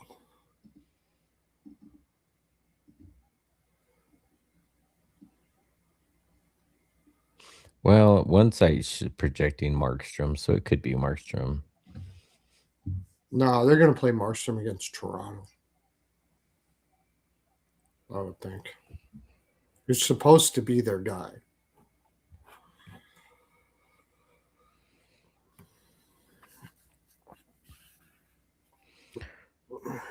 Who scored for the Kings? Clark. Yeah. Kopitar with the assist. Columbus is not, or Florida's not on the front half of a back to back either, right? No, Maybe they don't play again until Thursday. And it's Columbus in Columbus. Like they both only won 3 games in their last 10. One thing to look at is how many times has New Jersey had a long losing streak, won, and then lost, kept on losing. I know Florida does it all the time. Florida's sort of giving up the ghost, I think, a little bit. They have no skin in the game in this game. I think Florida's going to pick their spots that they want to win. I'm not sure New Jersey is that.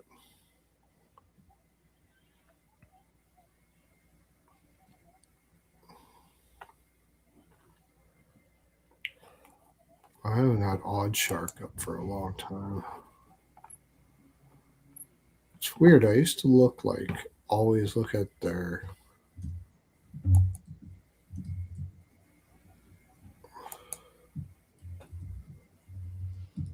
Yeah, I really don't I'm like nothing's really. I'd be looking at shot props because both teams shoot a ton. Both teams shoot Yeah. a lot. Yeah, That's I'm a good on this one. I don't need to go any deeper in this one. I'll look at some props, but as far as a side or a total, like I said, it's Florida or nobody. I would lean the under, but both. that just because of the price. Yep, at a pick'em price, I feel like Florida's the better team. They're on a 3-game losing streak. Um, we're already into the last third of the season. I don't know, like, They're both bottom dwellers on. yeah, like just to, you would just think that for their own dignity, they'd put some games together to see what they can do. But New Jersey really can't score. They could shoot a lot and they're not going to score. But Bobrovsky hasn't been playing well. However, New Jersey can make Bobrovsky look really good. Allen yeah, is in net. Florida's going to throw rubber on them. Um, I don't haven't looked at their how how's their head to heads been. Unders. It's been straight unders. Yeah. yeah, it's been straight unders, and they're even on sides, 5-5. 11-game slate. I don't need to bet this one. Not only that, but you can get Buffalo at a bettable price against Vegas. So I would just throw all my cheese. Where's Real Deal Primer? I know he'll be with me. We got anything got it in the chat? Uh, where the heck is my chat way up here for? Mikey said that Bob spelled backwards is Bob. Yeah.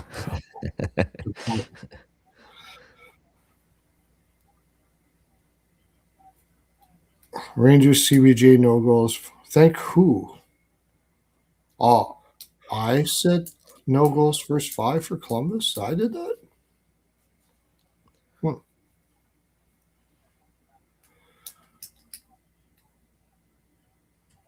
Yeah, it's just Durkin. Who I always disappear. You're asking me? Yeah, because when he's doing those covers thing, I'll do a thing around the house, or I'll do something to grab a pop, grab myself a cold pot. Ain't nobody got Sitting time here for in the that. seat all day. Ain't nobody got time for that.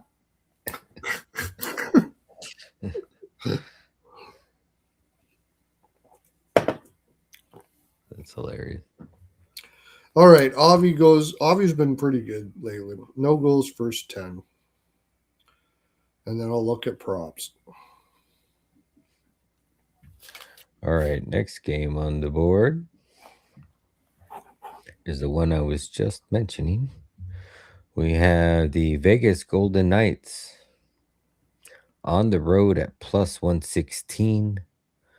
Buffalo at home. Oh man, this line is moving already. I swear it was just. Oh yeah, it's moving. You're gonna bet this. You gotta bet this. No, minus 129. Buffalo at home. Best line is minus 129 on Bet Rivers. Over under is set at a flat 6, slightly juiced to the over. Vegas is 28, 28, and 14 on the season, 14, 10, and 7 on the road. Buffalo 35, 19, and 6 on the season, 17, 8, and 3 at home. Head to head between these two teams, Buffalo's won 6 of the last 10, 5, 3, and 2 to the over unders.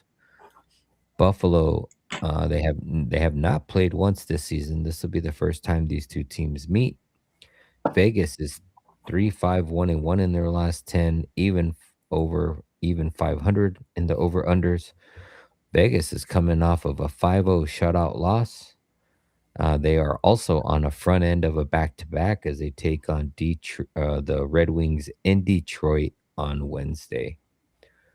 Buffalo is 7-2 and 1 in their last 10, even 500 on over unders. Buffalo is coming off of a big 6-2 win against Tampa Bay. It was a short 3-game road trip. They have an island game at home to take on Vegas, and then they head back out on the road to take on Pittsburgh on Wednesday or Thursday, I'm sorry. So why is Vegas only 129 at home when Vegas is on the front half of a Vegas. back-to-back? Okay, Vegas is at home. No, Sabres No, are Buffalo. Yeah, Sabres are at home. because Vegas gets too much respect. Do they think they can't lose back-to-back games? I mean, they've already lost back-to-back games, but they've also just got in a shutout.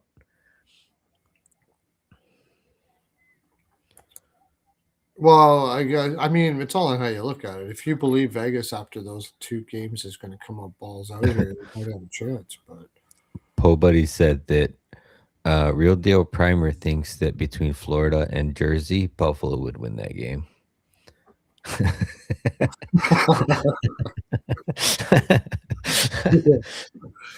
that's funny.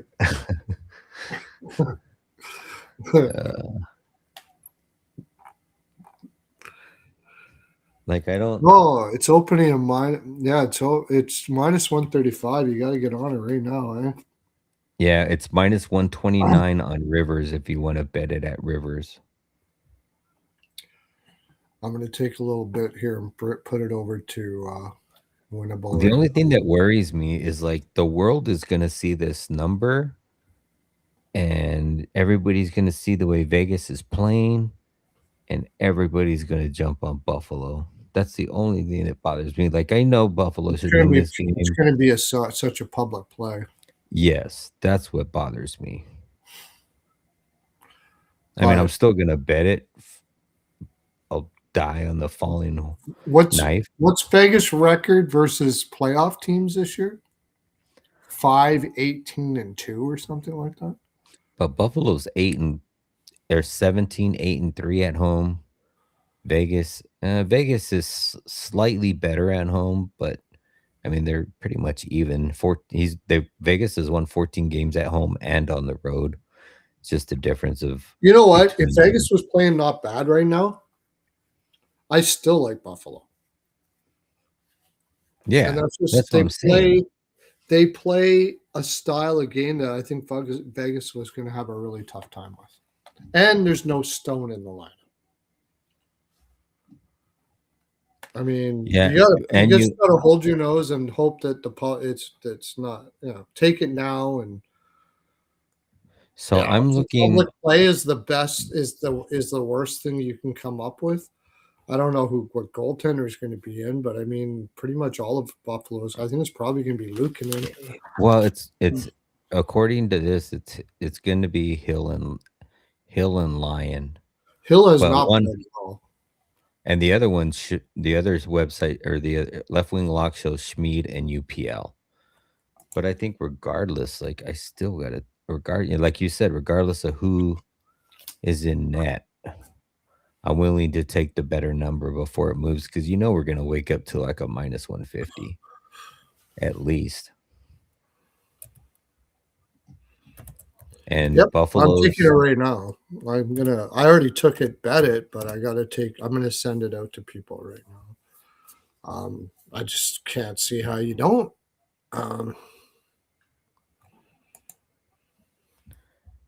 Yeah.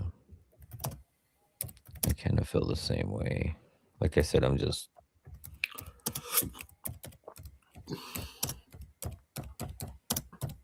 Is there any look ahead spot for Buffalo if you want to just really make sure? Because this is an Eastern team, it could be a bit of a letdown spot. That's about the best. Like, if you look at all the things it could be, it's an Eastern team. I think if you look at it, Vegas's record against Eastern teams is not very good either.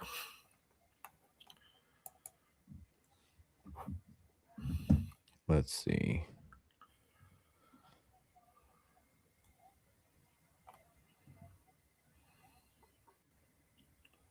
I mean, Buffalo, the teams that they've beat, like in the last 10, like they beat Florida. I mean, Florida's not playing great, but they beat Florida twice. They did lose to Montreal.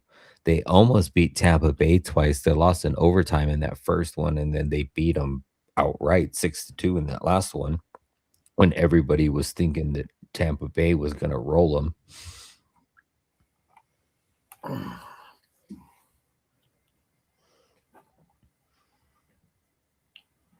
Okay, yeah, so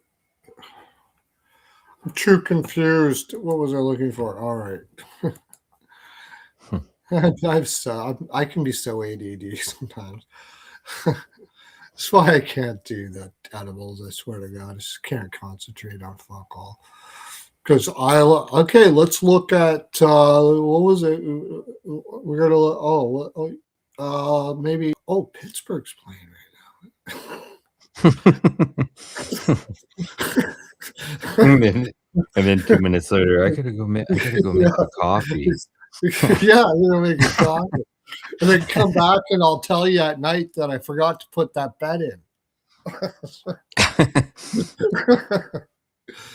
See, Kraken. I mean, Carolina just scored. Okay, good. It's 2-1. We should have bet Carolina actually live. Let's bet it live now. They're shooting the shit out of them. I definitely could see them winning this game. Let's see what the best prize is. There you go, right there. JD just dropped the number for you in the chat. Vegas is 5-20 versus teams currently in the playoffs. 5-20. There you go. I mean, just that alone. Currently in a playoff spot. They beat bad teams. What's the home and road record? He'd probably give it to me too.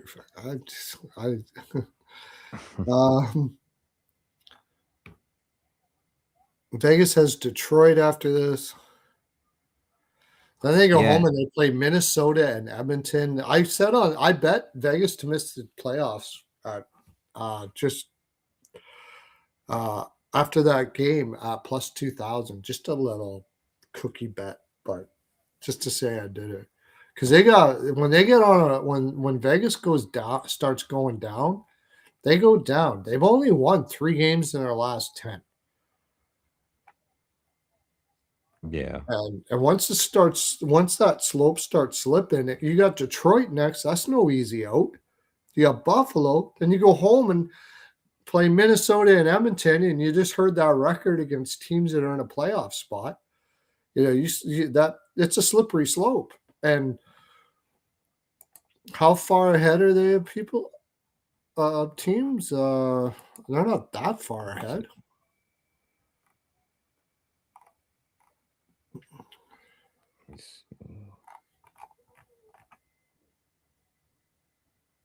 $70 points. 62. 8-point gap. Oh, you can get Ducks to win. Oh, that's right. I forgot to play that. You can get Ducks to win the division at like plus 250, and Ian got it at plus 400 before they won that game. For Ducks to win the division. They're only 1 point behind Vegas, and you can get it at that price. That's freaking awesome. Yeah. Even at plus 220 is still better. But it's gonna take you could go from Seattle Kraken 65 5 points. It's not if they go on a big losing slide right now. It's not. I think it's plus 2,000 worth some cookie money on it for them to miss the playoff. Did you see Pearlo's comment there? It says Pearlo just spoke with the Hawks executive about Jason Dickinson. JD said that? Yeah. Okay. He's not going anywhere, I bet. He's not telling me. Don't tell me that. That doesn't tell me. Well, if he doesn't tell me, then I think I'm just going to say I think I know. If he does tell me, if he tells me that he's not going anywhere, if he's not going anywhere, he would tell me that. You guys want to see the view where JD's at? Let's see if you guys can see that. That's his view at the Kings game right now. Oh, okay. So maybe he's just telling me in the just press to say box. that he was talking to the executive. Anyways, he doesn't have to. He's not going to tell you everything. Just because he talked, but he specifically said Dickinson because I think if anybody can get Dickinson right now, like the Oilers put that second down on. If Dickinson only gets a second or something, and the Oilers gave up the second for Murphy instead of like just more reason why I'm not an Oilers fan anymore. Although maybe I think Dickinson might have a no move and maybe Edmonton's on there or something, but hard to say. Take Dickinson over him all day long, all day long.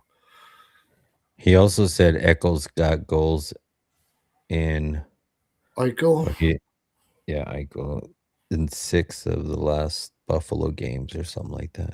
A goal in 6 of the last Buffalo yeah. games. Well, yeah, that's right. Oh, yeah, this is Eichel's return to Buffalo. But you know what? This feels more like Buffalo shoving it down Eichel's throat than the other way around. I'm even more on Buffalo.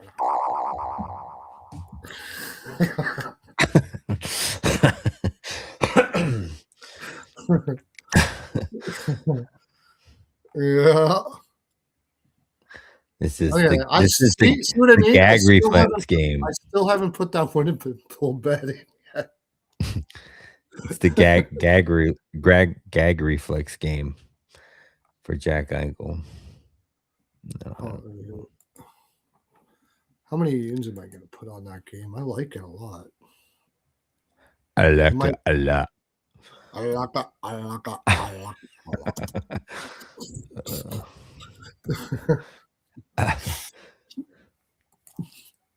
That's funny you do that. I do that all the time ever since I watched that movie. I Yeah. do that if I'm looking I for something in the fridge and I'm even by myself and I find something I didn't know was there that I really like. I'll yeah. do that to myself. I like it. I like it. Well, I gotta catch myself because I'll be at work in a professional fucking matter. And when I wanna say it, I just automatically say it in that tone. I can't say I like it a lot. Like, I just can't say that. It doesn't come naturally. When I say I like it a lot, I just automatically say I like Yeah. it a lot. I don't wanna be in a fucking meeting with executives and shit. Be like, I like it a lot. You don't want to be passing some chick's Yeah. desk. So, Be like, I "Hey, like Dre, do you like your capital budget this month?" "Oh, yeah, I like it a lot." Like, that'd be fucking I would love to do that. yeah. I'm going to do that at the Hymes Fucking board stupid meeting as next fair time. back at me. Somebody said that. So, what did you think about the new lemon? I like it. I like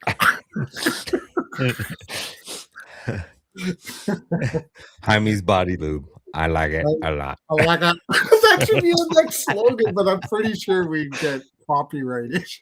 Oh, yeah. That would be funny though. We should go. We should call up whoever that movie or whatever. See if we can get some copyright shit on there. Hymes body loop. I like it. I like it. I like it. Alright, are we done with that one? For Oh, I got props, a I don't minus see a whole lot. 128. Minus 128. Where was that at?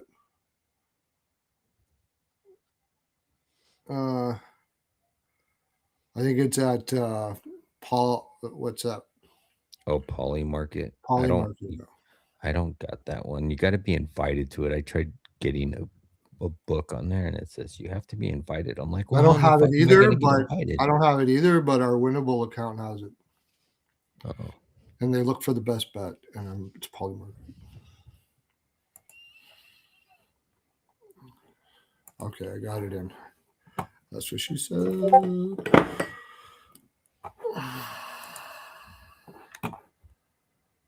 All right. So Onward.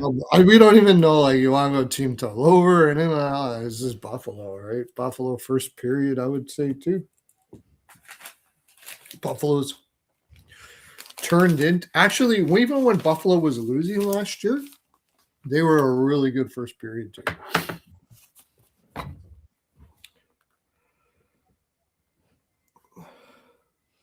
Says Avs just got robbed of a goal. They blew the whistle early. Those Who, suckers. who did? The Avs got robbed of a goal. Well, Sabres first period. Oh, I was betting Vegas third period, but the way they're playing, I don't even know if I'm going to do that.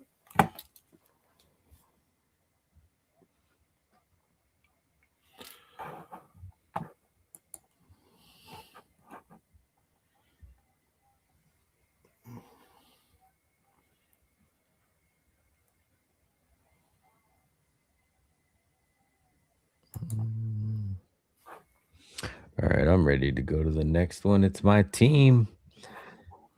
And they better not play like they did the fucking last game, man. They Yeah. look like the Rangers at home. Turney said that he was like I he watched looked awestruck about the fact that they played like like they did. He was like when you give up a bad goal and then they fucking cut to the camera. They take the camera cut and they go right to the head the coach to see his coach. Yeah, immediate yeah. reaction. Mm-hmm. And like most 99.90% of the time, they're like in disgust, especially when it's a bad goal that should have been saved. Yeah, That's how fucking Turney looked like for 95% of the game. Like every time they yeah, cut to him, he was like fucking like had his head turned and he was just like shaking his head like, what the fuck is this team doing out there? Like, and I was watching a lot of that game, and every time I looked, they were panning to him, and his face was just disgust the whole game. It was yeah. fucking nuts. Yeah, who is this team? I kind of like over first period, or I do like over first period for sure. You got Eichel coming back; they're gonna be pumped. Um, and I'm gonna take Sabres team total over. I don't think they're gonna have any mercy on Eichel here. Yeah.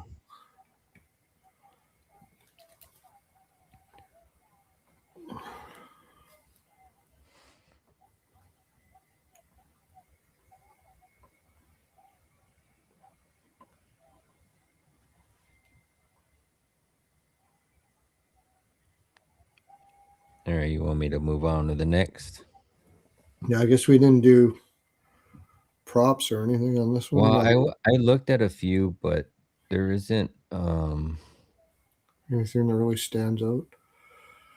there is like, well, the problem is when you go over to RotorWire and everybody's projected to start back tomorrow, but you have Marner, Stone, and Theodore all day today. So, like, I really and Really? the only yeah, and the only one that's out of the actual lineup is Stone, but the other ones, oh wait, maybe Stone's not. No, Stone's on the power play.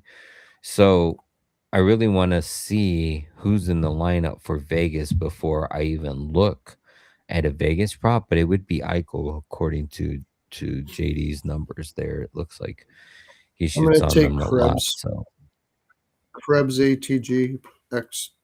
He was in that trade. He's playing on the top line. but like He I was in look the at trade for like Tage Thompson has back-to-back games with Tuck. 5 shots on goal in Tuck's them. have a big game there. Tuck's gonna probably have a big game. Maybe Tuck two I take points the or guys that something like were that. that came back in that trade here. Tuck, Krebs. They were the ones that came back in that Eichel trade. I'd take that over Eichel. But yeah, I like Tage Thompson. I know what I'm gonna do. I'm gonna eat my almonds while you're doing the Lay of the land. lay of the land instead of eating it while I'm doing the show. I have And I then have what I'll to. do is, as soon as I'm done with the lay of the land, I'll be right back because I got to go get a refill. Okay, well, as soon as you're done the lay of the land, I'll be ready to talk. So, Okay. All right, let's get you guys over. What did I do with my? Oh, I don't even have my wax pen here. I gotta grab that too when I go. All right, we got Utah on the road plus 104. Washington at home minus 125. Over under is set at a flat 6. Slightly juiced to the over minus 122. Utah 31-25 and 4 on the season. 13-15-2 on the road. Washington 31-24-7 on the season. 19-10-3 at home. Head to head between these two teams. Now these are stats just as Mammoth. They are 1-1. They've only faced two times each other, I guess, in the last 2 years. And the over is 2-0 to the over.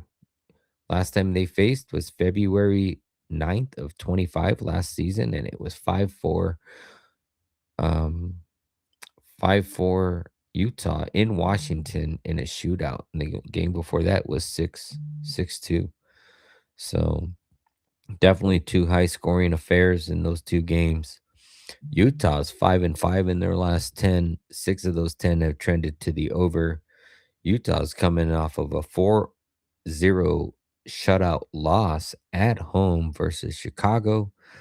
This is the first game of at least a 4-game road trip. They do not play again until Thursday, where they take on the Flyers on the road in Philly. Washington is 6-3-1 in their last 10, 4-5-1 to the over-unders. Washington's coming off of a 2-6 loss to Montreal in Montreal. And they do not play again until Thursday, Friday, Saturday against Boston in Boston. So Washington gets a good 3 days off before they got to take on Boston and travel to Boston. They can empty the tank in this one. And like I said, Utah doesn't play again until Thursday.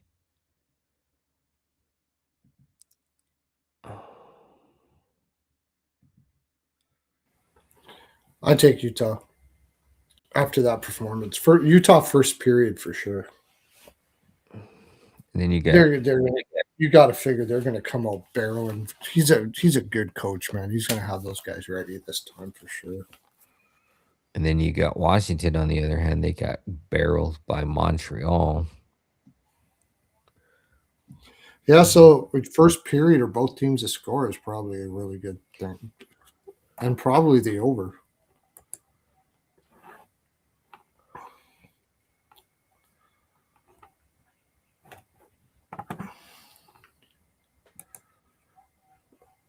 I haven't even looked at the price, and I'm saying Utah, but JD also said they've won 3 of the last 4.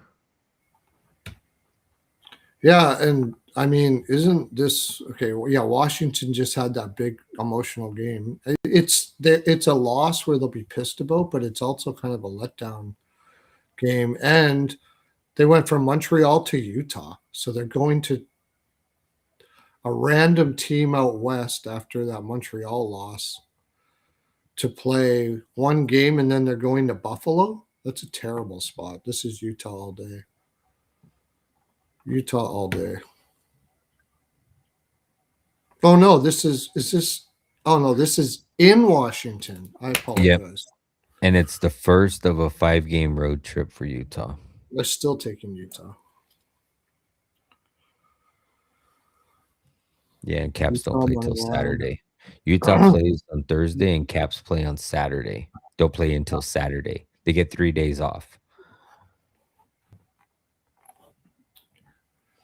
I like the first period over too.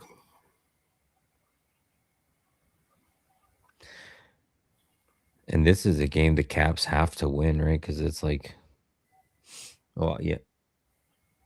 Avi just said it too. You just said it earlier. They're barely ahead. They're what?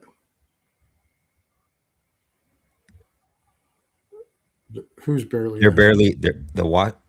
Washington's trying to stay ahead of Boston. Yeah.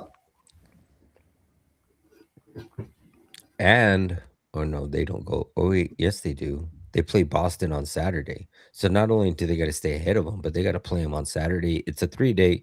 They get 3 days off. They You still got got to to put a play bit them. on the draw here. You have to. Two teams from different conferences. They need like at least a point out of this for sure. Even if And Utah is ahead going into the third, they're a young team. They get nervous and play on the back of their heels, and they I w- score. Like this. I would lean more towards the draw. And John makes a good point, and I know this team as well, but they don't play good on the road. They're 13, 15, and 2 on the road. But they Utah are does. trying to stay. Yeah, but they are trying to stay in the same thing in that playoff hunt. So I mean, it's crunch time. You got all of these teams trying, these two teams specifically trying to stay in the hunt or in the playoff picture. But the only thing that I could see, like, I don't see Washington as a fast team, and this Utah team is quick. That would be the only difference I see. But Utah on the road, I mean, they just had that shit performance at home. It's hard for me to back Utah here. But I do like that draw that you're saying. I do like them first period. And I was just going to check here, but they're probably not very good on first periods. If Oh, you know why your camera stopped flickering? Because you don't have your background on. oh, I just noticed that. that's right. Okay, I look like I'm in a jail cell. That's why I put a background on all the time. And your light's usually on the other side. I've never seen the shadow to the right of you. It's always on the other side. No, I mean, it's it like doesn't I matter, just but don't have it totally in. I look like I'm in the dark. I don't have it right yeah. on my face. Yeah, you're in what do they call that? The hole, right? It's like when you fucking do something in jail and they fuck up and they put you in that pitch black little fucking room. Not that I've ever been in one, but Yeah, you know. it's in the bed on either side. Let me try to put it in again. See if it works. All right, I'll be right back. I'm gonna go grab that refill. Let's see if I can figure out how to mute this on this new platform. So far, so good though. Everything looks good. Even on your stream on YouTube, your camera and the stream is way more clearer than it's ever been on StreamYard. It looks like you're streaming in 1080p or something. Not no more 720.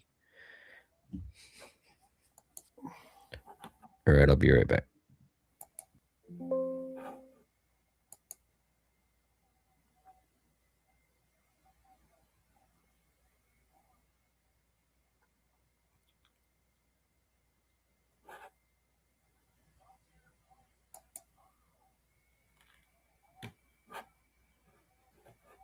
How do you open it?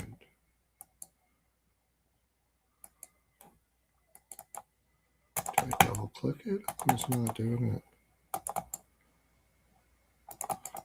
Won't let me do it.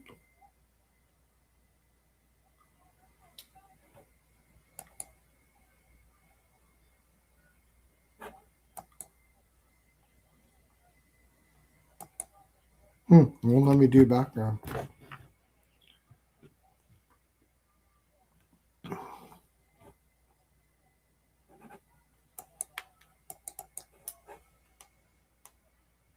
There we go. Now I got it. Frolic. I'll put Frolic in the back. I wonder if that's going to make me do. I wonder if that's going to make me glitchy now. I got Frolic in the back instead. There, that's fun.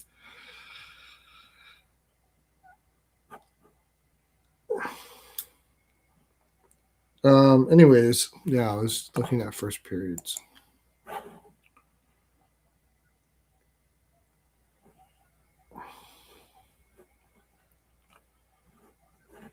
Away. Ooh, Utah's not a good first period team. Our total team. I think Washington's more of a second. Yeah, first periods are not a second period total. That would be it. I could see that second period total coming in, and if they're good.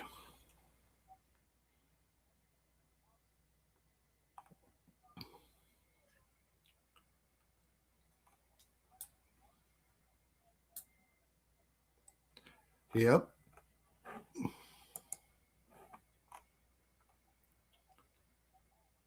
And 3, 3, and 4.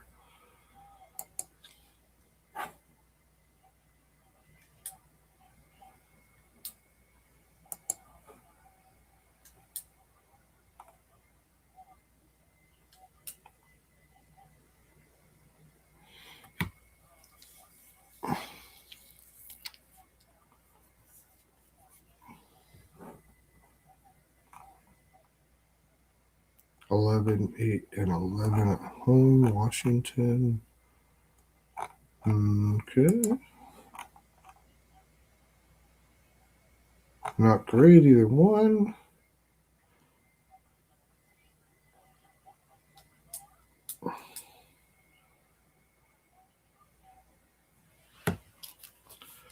Don't do this often anymore, but I'm going to take draw first period.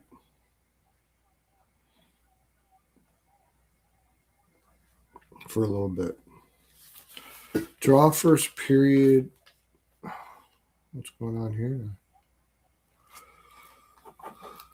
And second period money. Washington's a good second period money line team, I believe. Very good, actually. Yeah, very good. And Utah's not. Contextually speaking, I think Utah comes out hard here. They're not big over first period teams, but draw full game.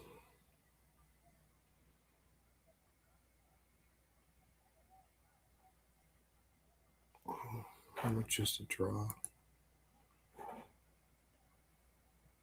Plus 300. I don't know. You probably can find plus 310.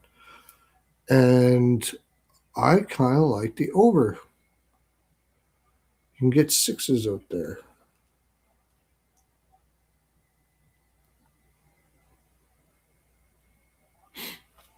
It's going to be Thompson against. They're probably going to go back to Vimelka again.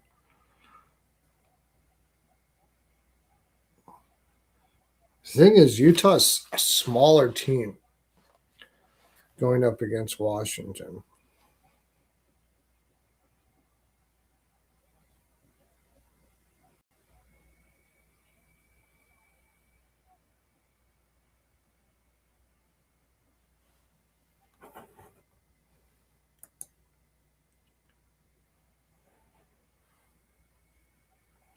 Well, over saves came in no problems.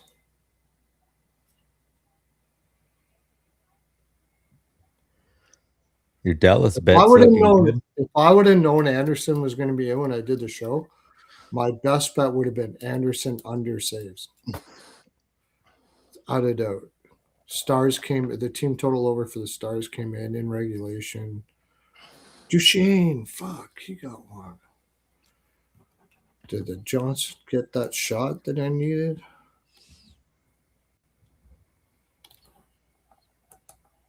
It's 2-2 in the Avalanche game. I know. He didn't. Wyatt Johnson still didn't get that freaking shot. I need one more shot. McKinnon's got 5 shots on goal. Yeah, I took him team total over 3.5. And parlayed it as well, but I took it individually. Panarin still has 0 shots on goal.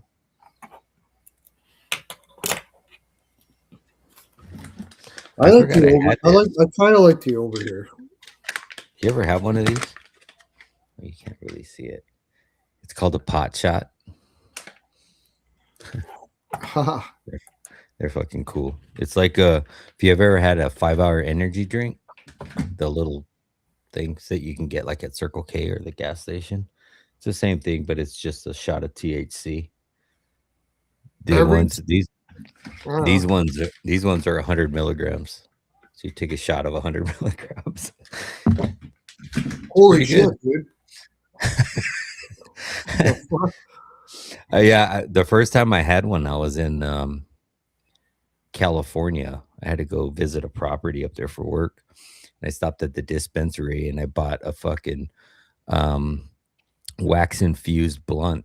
And then I went walking to the property and I bought a pop shot, drank that, smoked the blunt all the way to the property as I walked like 3 blocks.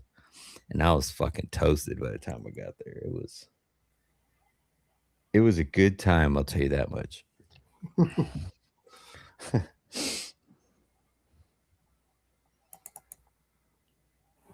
Every time I go check something out on the site and come back, my virtual background goes out. Oh, that's weird. Then you got to reset it. Yeah. You got to set it and forget it. And now it's like I don't even know how you get it back on. Just like that, the thumb goes up. Who got hurt?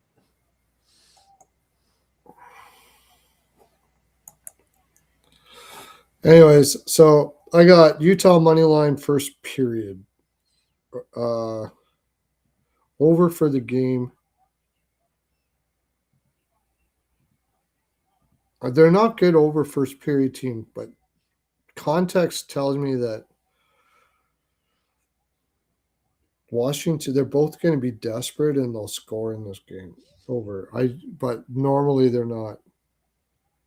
So Ovi plays Utah pretty good in all his games. I don't know if JD sent anything like that, but it's he's covered in 5 of the last 6 for his shots on goal.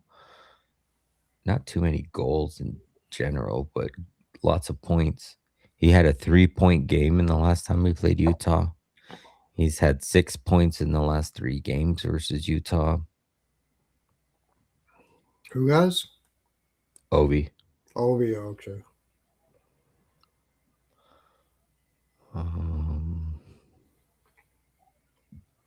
PLD's covered in 63% of the games versus Utah.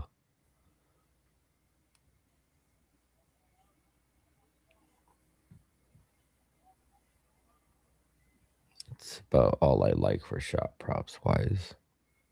5-1. Who else scored?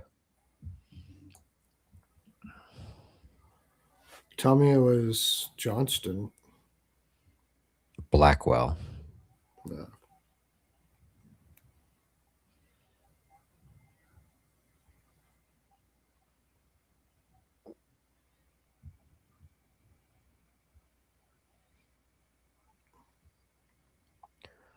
I want another goal or 2 in this damn Colorado game. I need 2. Second period. It should happen.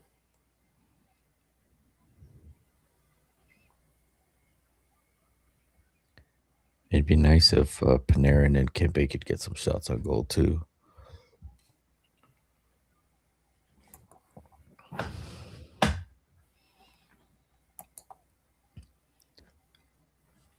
JD says that Ovi got injured when the last time they played Utah.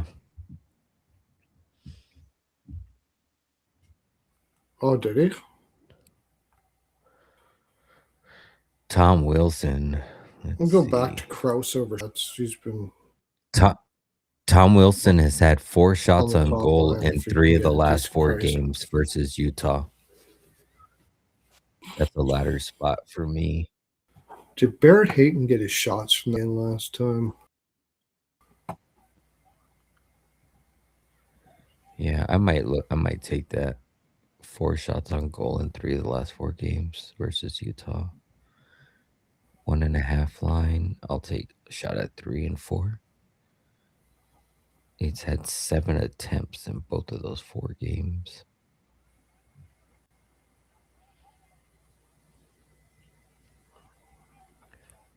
Oh, let's see if they're going to bring Liam O'Brien into the lineup. I could see him and Jack McBain. I mean, him and Tom Wilson getting into it. Usually, when they have a player on the team that likes to roll people up, Utah will bring in Liam O'Brien just because he's their fighter. Although Jack McBain will too, even though he's an old dog, he likes fighting. They just need size on that top line. They're going to need it against Washington because they're a big team. That's the thing that concerns me is that Washington's a really big team and Utah's not. Austin Krause is a pretty big dude. Kraus, yeah, but Keller, Cooley, Paterka. I don't know what the hell's going on with daily face-off, but if you go to the team profile and you go down to the first power play unit, the first line left winger and the first line center wing or centerman is Kirill Marchenko on every team. Like no matter what team you go into, it's Kirill Marchenko on the top left winger and in the center winger center Probably position. working on the site, I guess. Yeah, I don't know.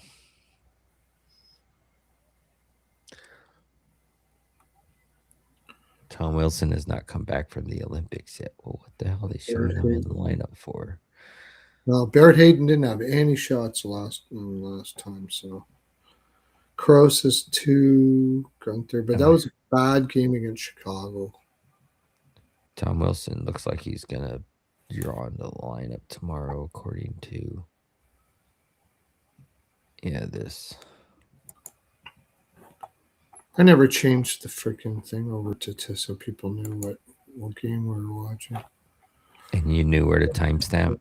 Or did you timestamp that Yeah, one? I did timestamp it. Oh. But people get mad because I don't know what game you're listening to. Because they try to find the game, probably, right? Each one. Yeah. So I haven't even looked at.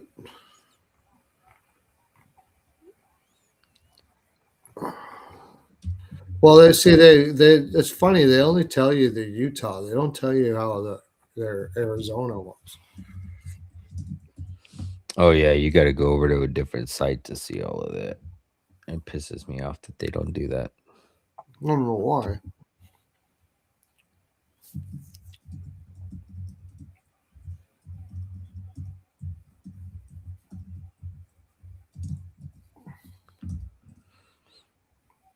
Oh, what else did I say?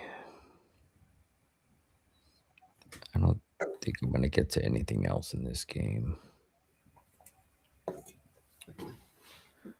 Maybe take Logan Cooley over 1.5 shots, minus 125.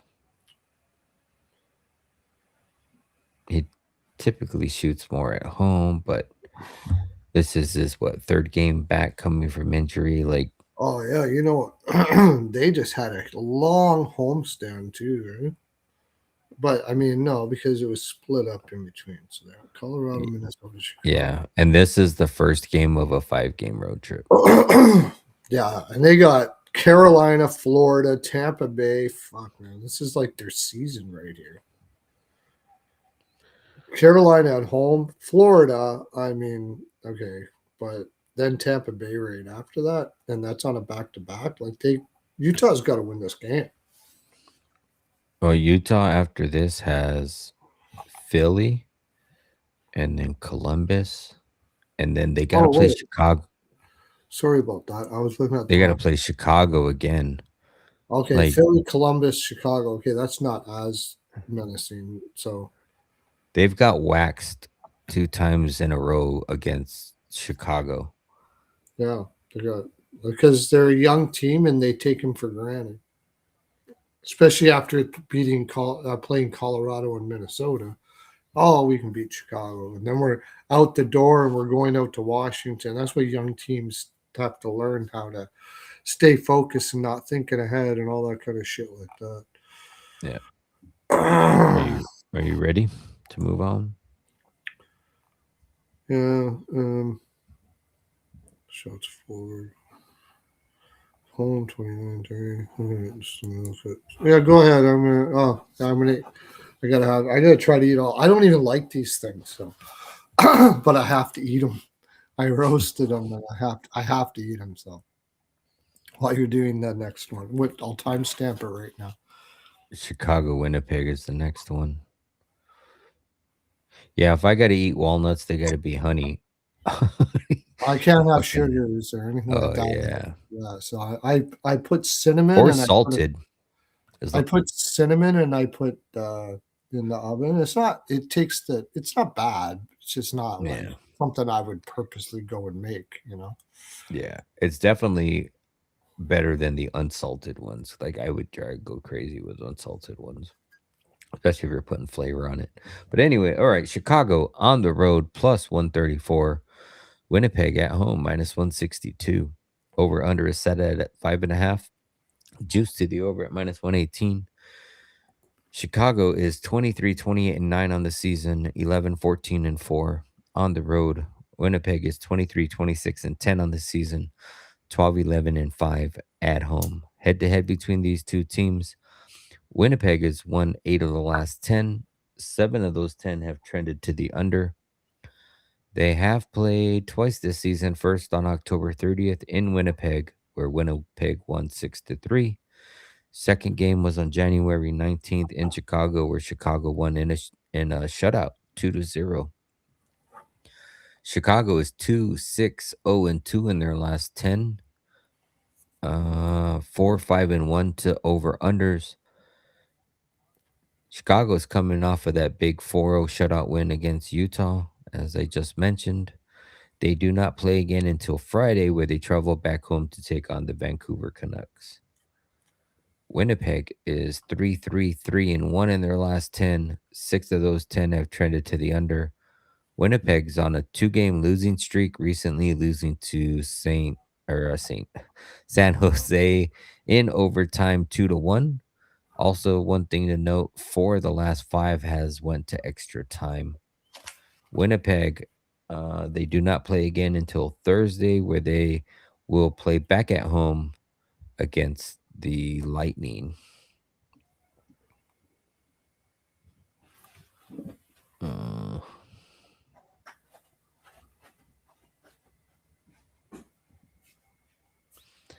so you got Chicago was on a big losing streak, got shut out by Columbus, lost to Nashville, lost to Colorado, beat Utah. So I would expect them to lose to Colorado. I would expect Utah to beat them, but they beat Utah. Utah played a horrible game. Um, Nashville's been playing decent, so I could see them losing to Nashville. And then Columbus getting shut out to Columbus. Columbus is playing great. These are all games too, also before the break.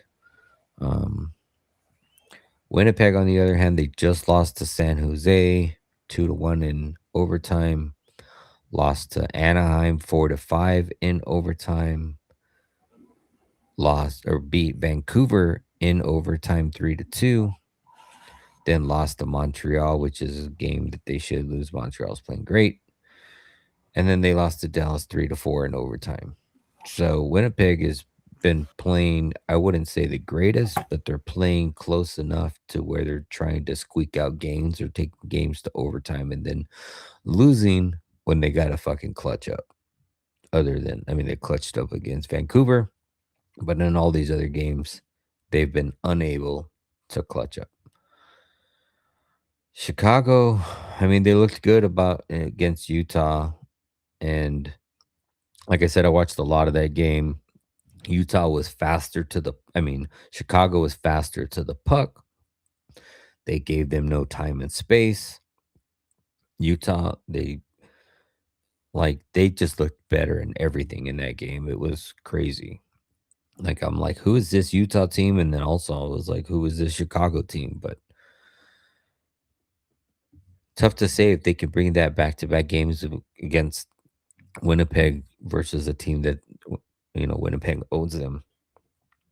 Um, and also it's a small revenge game for Winnipeg getting shut out by them. a little over a month and a half ago.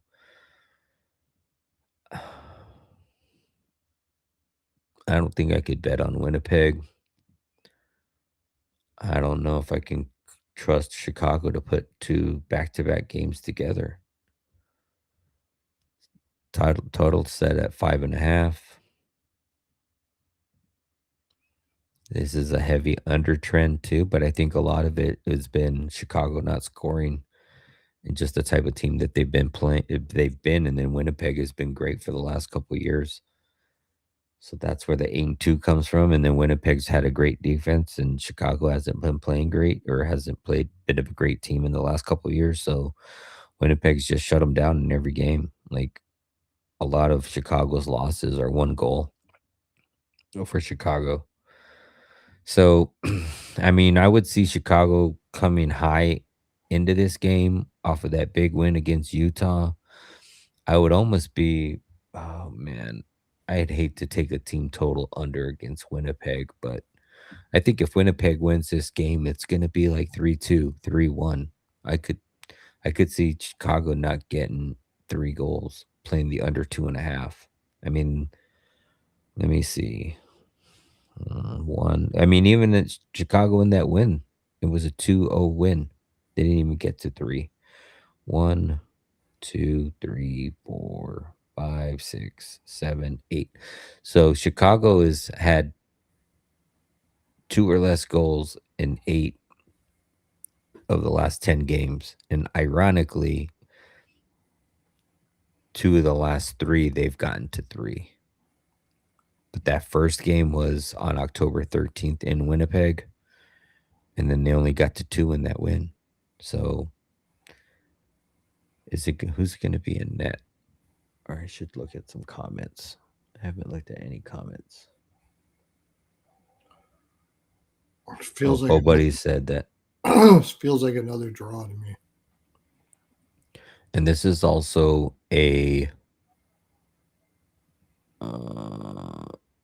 it's a division matchup as well.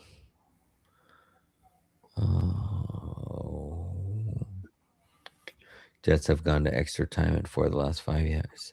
That Perfetti shots, I do like that, but that's probably my favorite play. He's been going over his shots like crazy. Velarde too. Hawks exec says that was their best game of the year, and I agree. Like they look like a crazy good team. Like either that or, but Utah's fast. That's what I couldn't get. Like Utah was just playing like garbage. Yeah, and Like they I like were. when I was looking at the game, like Utah seemed like they were playing at their speed, but Chicago They looked were faster than overpassing them. all over the It was place. crazy. They were overpassing. They were trying to play like. Oh yeah, that for sure. Yeah. Like it was all this tip tap shit. I'm like, shoot the fucking puck. Well, part of it too was because we were both on the over 28.5 shots on goal team Yeah. total. But like they had so many opportunities and they would like dump it to the front of the fucking crease to see if they could get a tip by a player that was rushing the net. Like, just shoot the fucking puck. It was pissing me off. Anyways, back to this Chicago game. Yeah, I can't take a side here. For me, it would be Chicago or nobody. But like I said, they pretty much played the best game of their life. I could see Winnipeg winning this game, but I just can't bet Winnipeg at that price. Maybe you take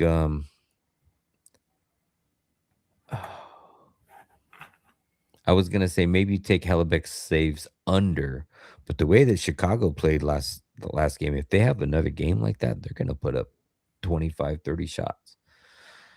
I just don't know if they can do it in back-to-back games. Well, especially against a Winnipeg team at home. I know that they're not the greatest team in the world, but when they're at home, no matter what, they put up a fight. It's just they do. Yeah. Poe Buddy says it's also the first game back at home for the Jets since the Olympics. So they're gonna honor Hellebuck like crazy.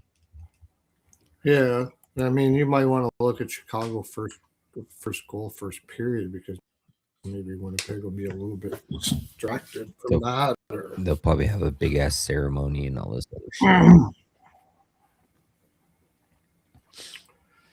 so they won 4-0, and Winnipeg Yeah, just lost two in a row on the road. They beat Vancouver, which meant nothing. and I can't take them in But you red. fight, and the last three games have been OT. I mean, I like the draw here. Yeah, it's a draw. A draw. I also like the under. Mm-hmm. I know it's at 5.5. Maybe no goals No goals first first five. five and under, because it's probably going to be slow coming out of the gates because of the celebration. So no goals first five, under 6.5. And you got Knight and Hellebuck.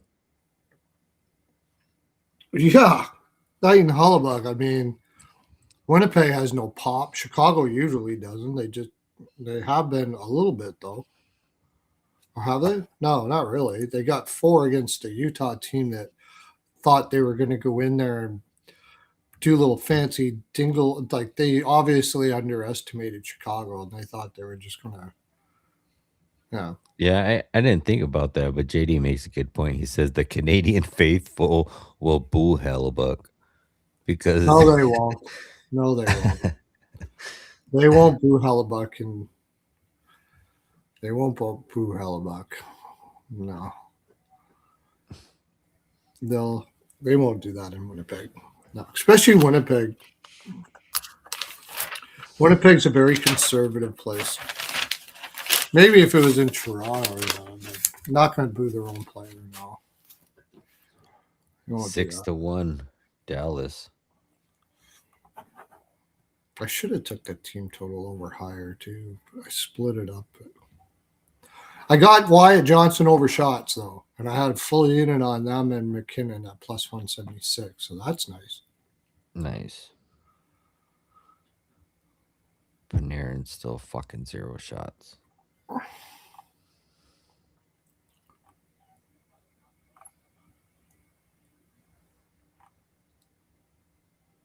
Rickallion doesn't have a shot. I think they're going to trade Rickallion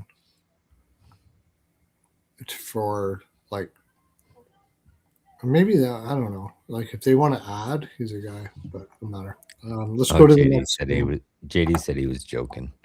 Yeah, let's I go on to know. the I next figured one he because would, but it's I figured he was joking. I figured that because he's from Canada. He knows. I forgot about that. He's from Canada, so he knows. all right. We got 5 games left on the slate. It is 12:30 Eastern. Let's see how fast we can get through these 5. We got Dallas on the back end of a back-to-back and on the road at minus 128. Calgary at home plus 106.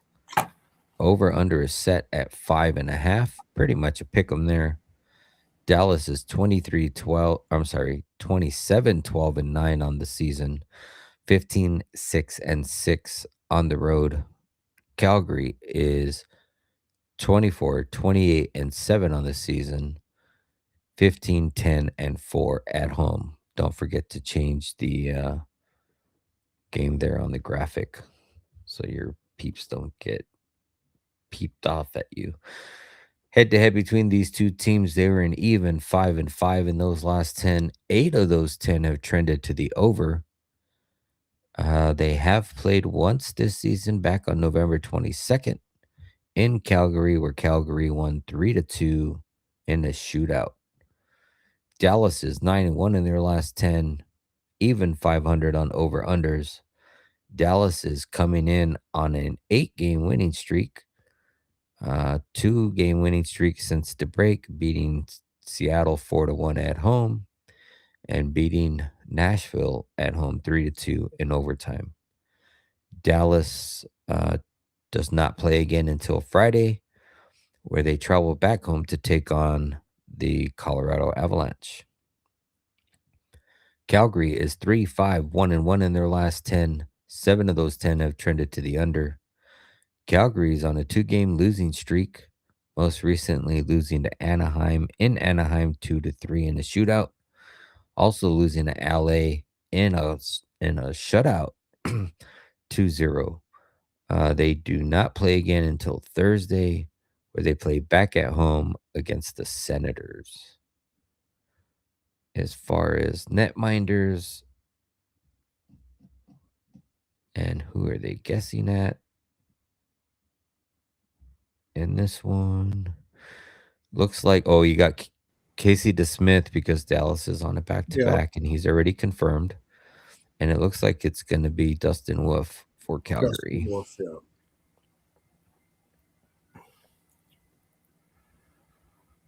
it's gonna be Wolf. Yeah,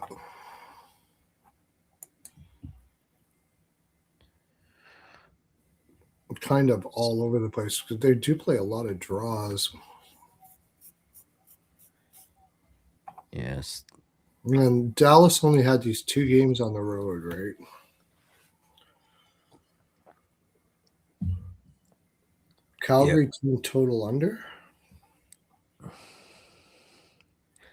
It's hard to bet it when it's 8-2 to the over in their last 10. But I think a lot of No, that has to do with all of those games were probably 5.5s. Yep. Most of them were yeah, one well, six and a but they half. were 5-2. I mean, it's earlier too. Like you're looking back to 2024, 23. JD says it's going to be a 9-game winning streak for Dallas. I would think so. Yeah, Especially even if with the Smith. Colorado loses this game against LA, they're going to start maybe thinking they can win the division. They didn't have, like, doesn't look like they had to try that hard against Vancouver. It should have been my best bet. It was right there. I was going to say Stars in regulation, like, because they're so bad. I don't know why I didn't. Thought I'd be fancy and take the team total under for Seattle, and here I am going to be sweating the empty netter. Oh, they got a power play. Shit. Yeah, it's a Hurricanes power have a play. power play. That sucks. I don't like that because now they can just throw it down, throw it at the net. Yeah, because they're going to pull the goalie, right? Probably. Pull the So it's going to be. goaltender on the power play out, and now they can just throw it on the net. 6-on-4. Or if the Hurricanes score, then I got to sweat crack and not winning in overtime. If I would have known Anderson was in net, I would have took under saves for Anderson. That would have been my best bet for sure. I would have sent that out. It would have been my favorite bet of the night.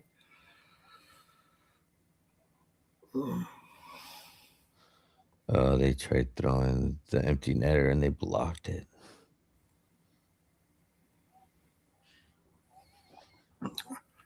Anyways,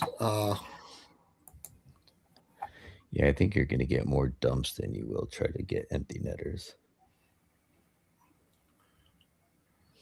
hopefully Carolina can just control the puck and not give it up. Yeah, because they're going to have a hard time trying to get the puck even off because they're going to collapse right around them. So they're probably going to at least just dump it down. And it's a power play, so you won't get icing. Right. That's the good thing if they miss it. But they also, yeah, I know. That's a good thing if they miss it. So if it's a bad thing that they can throw it at the net, but they probably won't. You're right. They'll probably just try to throw it out. So I'm. What's the price on this game? It's Dallas is minus 128. Fishy line. I know you got a back to back. Which I think Dallas has a great back to back record. I'm surprised JD isn't throwing that in the chat right now. I'm almost positive they have a fantastic back to back record. I got to take it. I got to take that.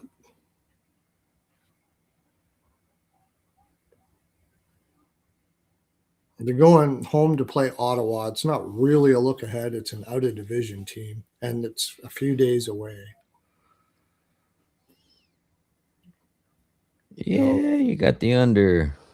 Oh, what a sweaty bet.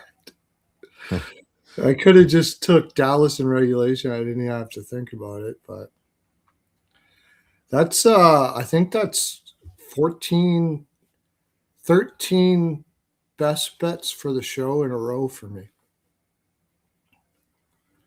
Nice. Yeah. Man, what a big win for the Kraken. I mean, I Yeah, know it that was Anderson. Carmine had the Kraken today too. Oh, he did. Yeah. But He he probably also loved it when he found out it was Anderson. yeah, exactly. Who else?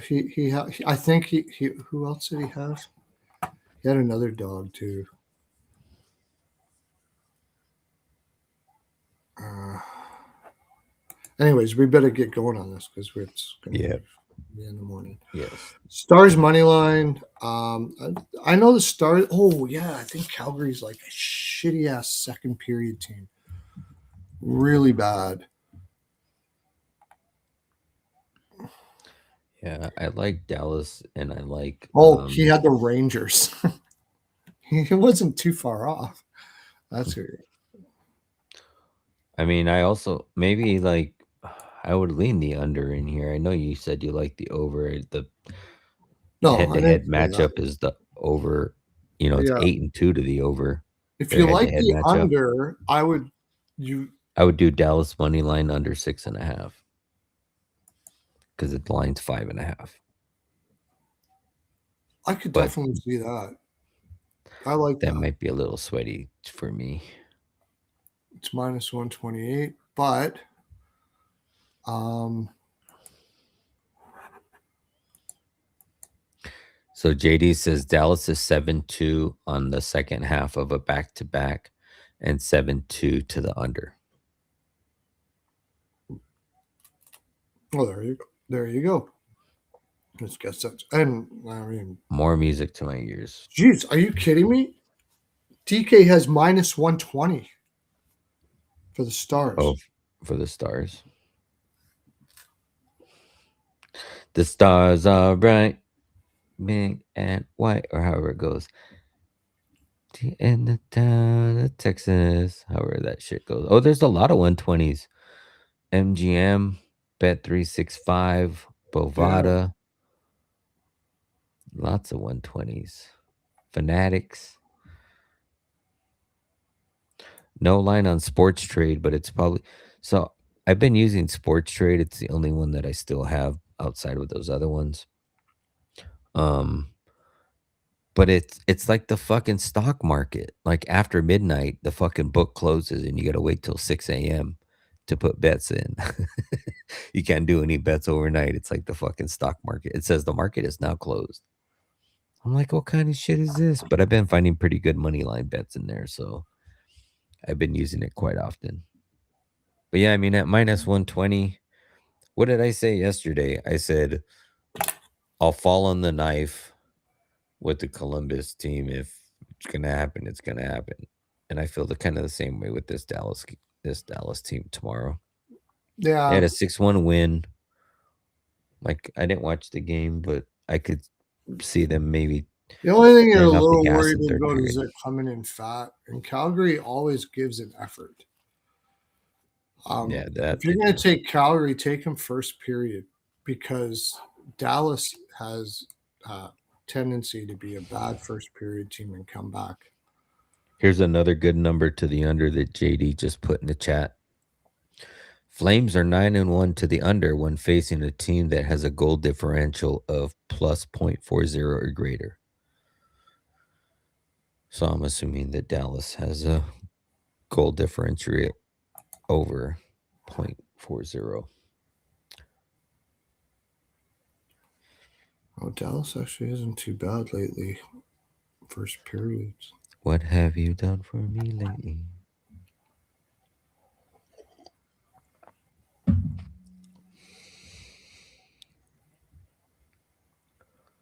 Uh, So I money line and under 6.5. I don't mind.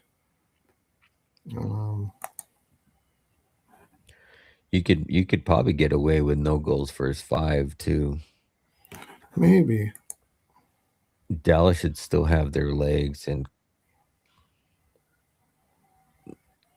Calgary's got Wolf, and at least for the first 5 minutes, I could see a lot of puck, puck between the blue lines in the middle of the ice. Calgary's really good first period at home. They're really good. And Dallas has been pretty good as of late too.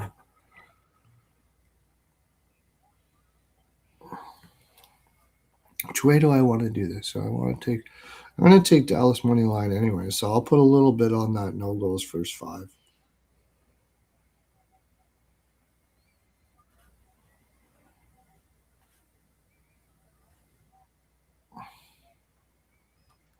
I think I'll leave it at that. I'm going to stick with that Johnson over shots.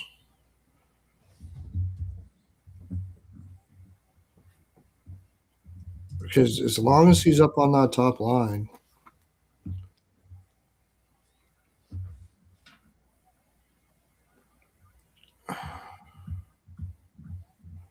are there any Calgary boys there in Dallas?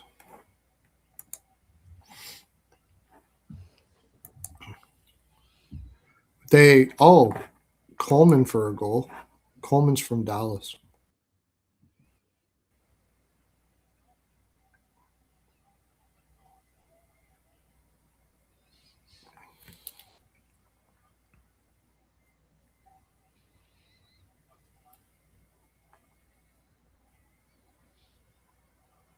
Oh, did Maverick Bork get his shots? I don't.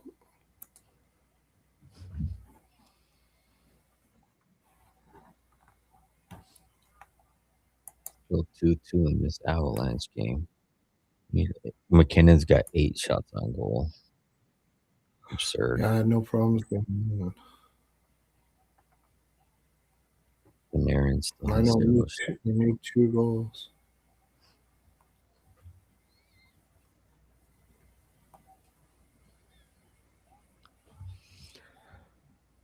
Yeah, I'll look at props.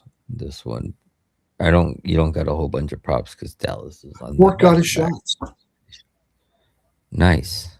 I took Stars money line and Bork over 1.5 shots at plus 125. So you got it. You could take that again. He's up on that top line. He's going over every game. Lots of ways I'm going to play this.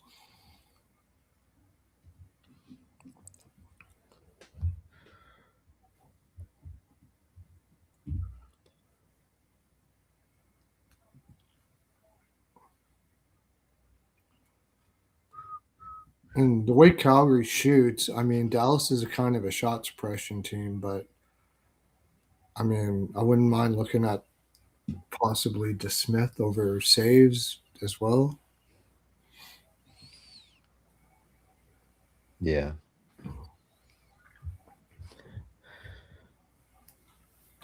All right. Yeah. We're going to keep on rolling on these. Yep. This next game is fishy for me. I mean, I know Edmonton owns Ottawa here, but Ottawa's a dog is a bet for me, I think. We'll see where we get. But all right, we got Ottawa on the road as a dog, plus 112. Edmonton at home as a favorite, minus 134. Over under is set at 6.5. Slightly juiced to the over at minus 114. Ottawa's 29-22-8 on the season, 15-12-3 on the road.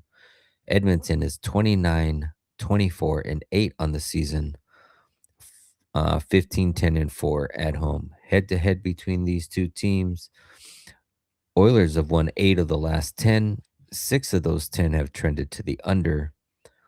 They have played once this season in Ottawa at the beginning of the season, where the Oilers won 3-2 in overtime. Ottawa is 6-3-1 in their last 10, even 500 on over-unders. Ottawa's coming in off of a 5-2 win against Toronto in Toronto. They do not play again until Thursday, where they travel to Calgary to take on the Flames. Edmonton is 4-6 in their last 10. 8 of those 10 have trended to the over. Um, Edmonton is coming off of a 4-5 loss in regulation against San Jose in San Jose. This is the first game after a back at home after a 3-game road trip, and they do not play again until Friday, where they play back at home against Carolina.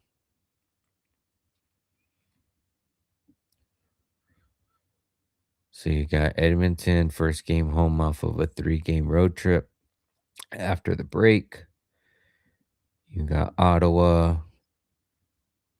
second game of a how long is this road trip? 1, 2, 3, 4.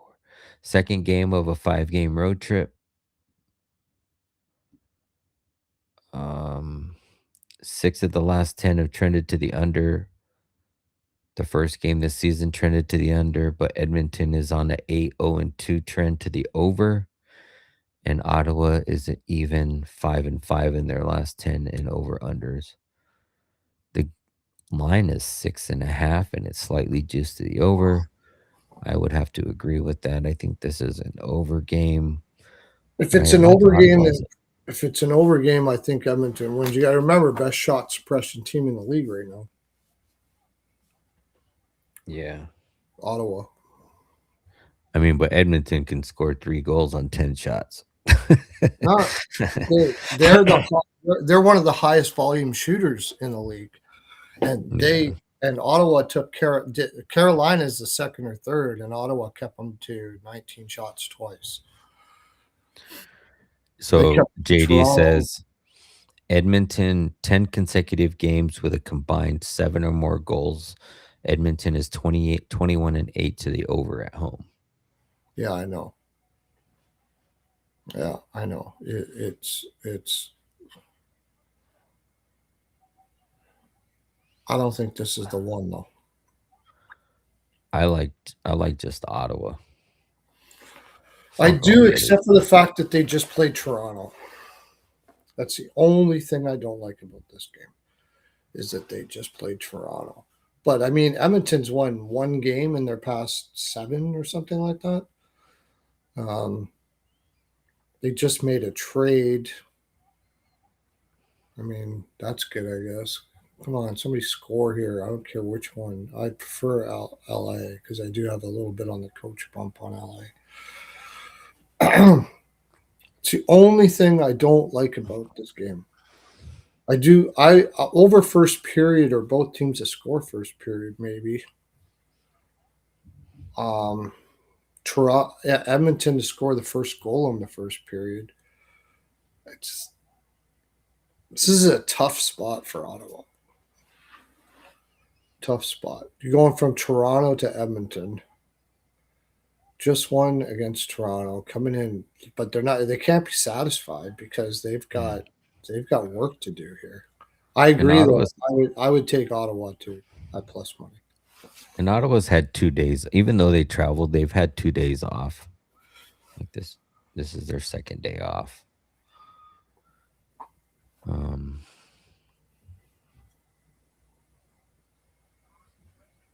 I mean, in Edmonton, on the other hand, too, like they got to be pissed coming off of that 4-5 loss against San Jose. How many times can you say that? Yeah, well, that's what I'm saying.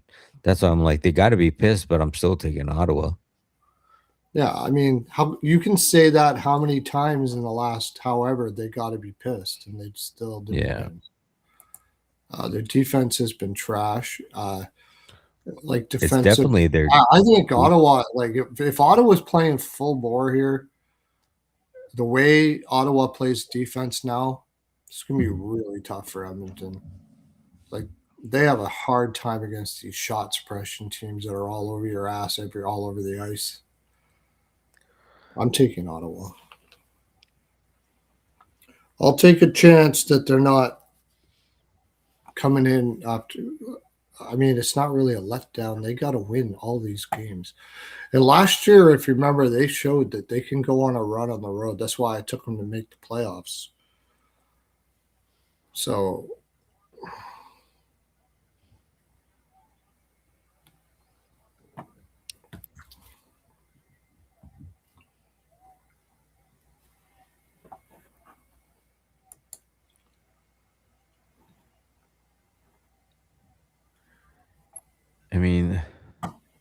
So Edmonton lost to San Jose, and they were a minus 162 favorite. They beat LA, and they were a minus 128 favorite. They beat Anaheim as a minus one, or they lost to Anaheim as a minus 134 favorite.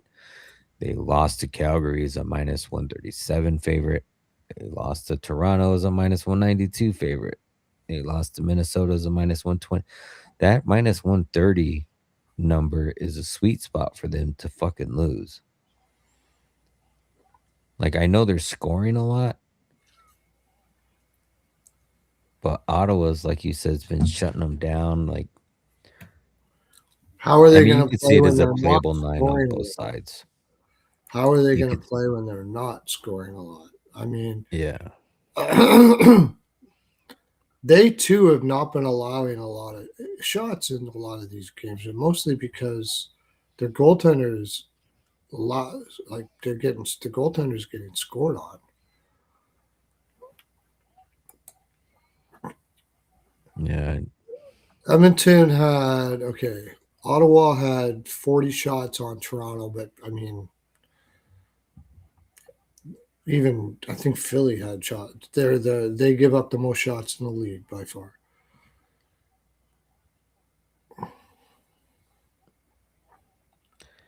yeah. I don't know. 27. They kept Toronto to 20. Actually, they gave up more than usual to Toronto at 23. Oh yeah, because I just barely got that Allmark under saves. But under Detroit, under Philly, under Carolina, 16, 19, 16, 20, 23. They have shots they have given up in the last 5 games.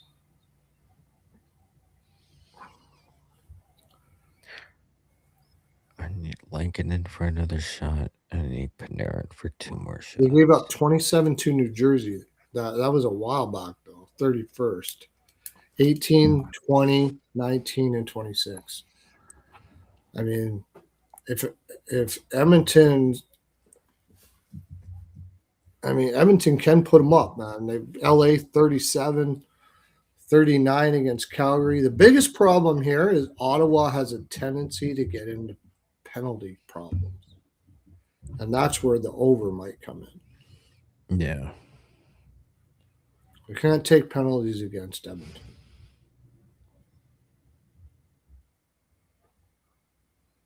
Yeah.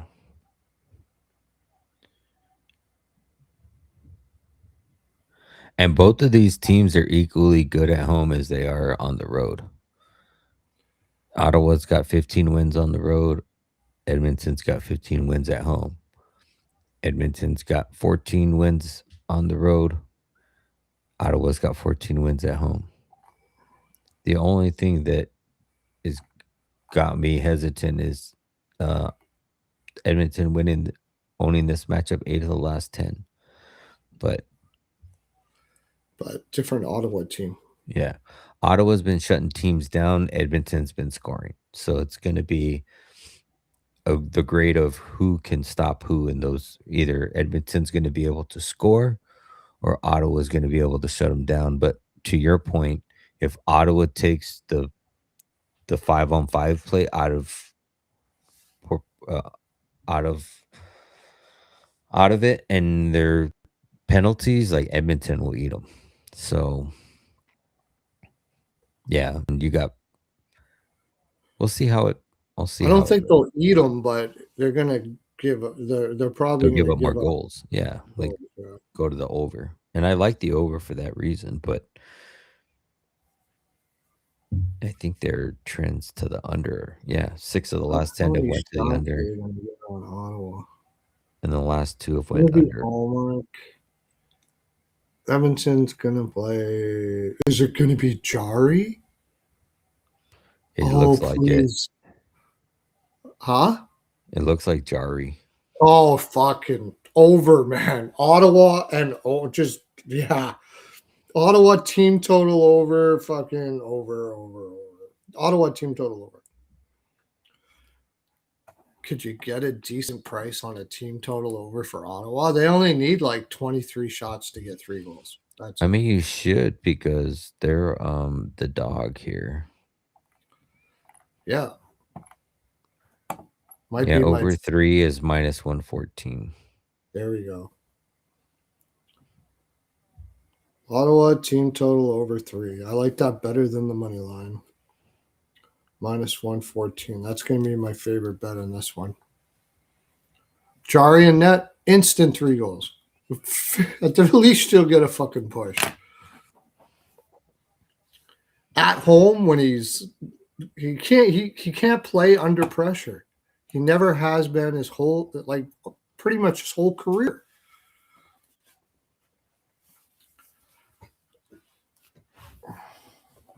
He's never been able to pretty much his whole career.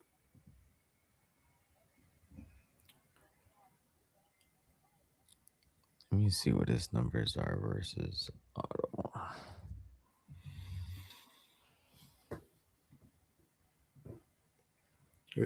But what his numbers are versus Ottawa, I mean, he has been absolutely diabolically bad. Now, it's going to depend on if he's in. If I'm Edmonton, he's not going to. I mean, I'm just playing Ingram to death right now, but they haven't lost one with him either. So, Yeah, he's given up 4 more in 5 of the last 6. Jari. yeah. But head 5 to of the head, last. the one game he played against, or the last game he played against them, he shut him out. But then before that was 3-2, 3-2, 1. How long 4. ago? He was playing for Pittsburgh then. Yep, he was playing for Pittsburgh, correct. All right. Last season.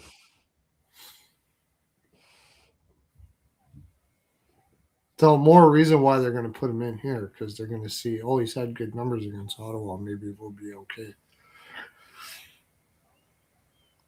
Yeah, 2.12 save percentage and a 9.32. I mean, 2.12 goals allowed and a 9.32 save percentage. But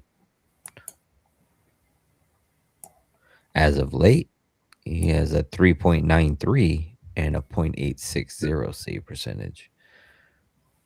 But yeah, I mean, I like it. I like the over.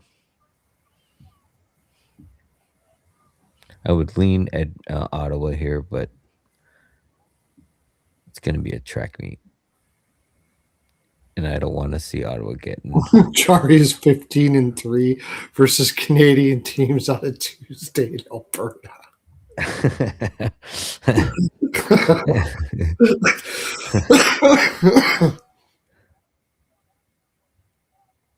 That's funny. I'll totally bank on Jari second. I'll totally bank on it. No doubt about it.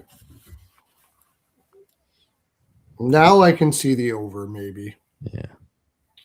Because I could see maybe Ottawa. JD only likes trends on a Saturday night. I said he only likes trends on a Saturday night. You listen. I should have said that. Shit, that was perfect. I don't look at Tuesday trends. Those are fucking awful. Like Wednesday, Thursday, right. Tuesday trends. Did I tell you that story about what I have on my stand-up comedy thing, where on the top of my it's all things stand-up comedy, where people can post comedians all the time. And on the top, my wife's Asian. I was in the Asian store, and it said halal beef cock, and it was there. It was an actual product. I fucking laughed my ass off. Obviously, somebody knew English, and they got this whoever to write it that did know English what to write. It's a hello beef cock. That's what it said. And it was fun there. And so I posted it. I posted up there, and I also posted it on my Facebook. And a guy messaged and said, because it was like $7.25 for beef cock. That's outrageous. one of the funniest things I've ever heard.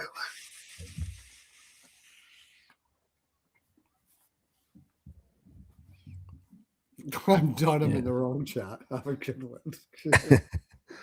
Okay, so Ottawa ML, Ottawa team total over 3.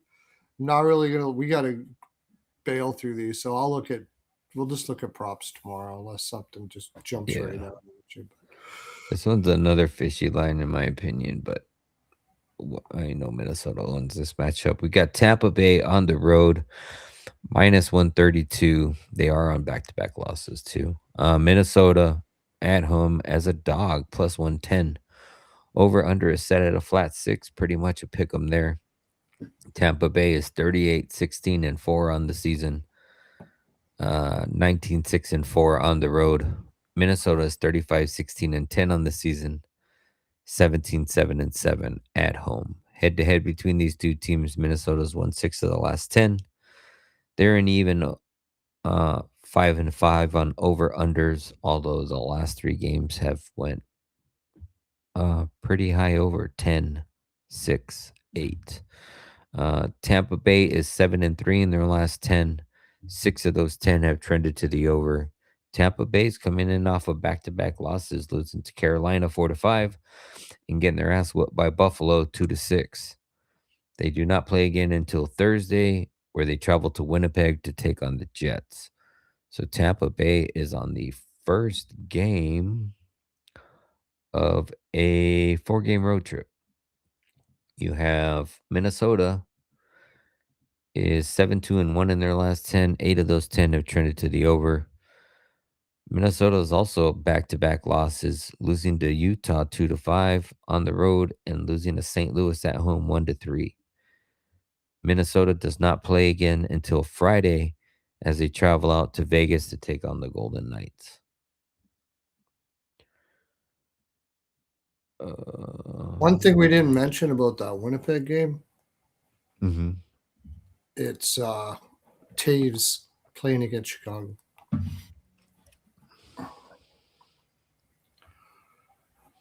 Avalanche scored 3-2. Yeah, I know. Saw that. Yeah. So we need one more goal. And that'll be a really good night if I hit that. Who scored? Oh, you said Tays. I heard you say that. No, I Or- did, but I was saying that Winnipeg game. I just when he said Taves, I was like, oh shit, Chicago. Taves playing against Chicago. I think they already did that once, but still, it's big.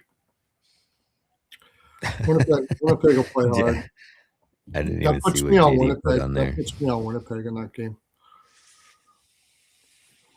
The Avs scored and they look like the Harlem Globetrotters. They did, yeah. Yeah.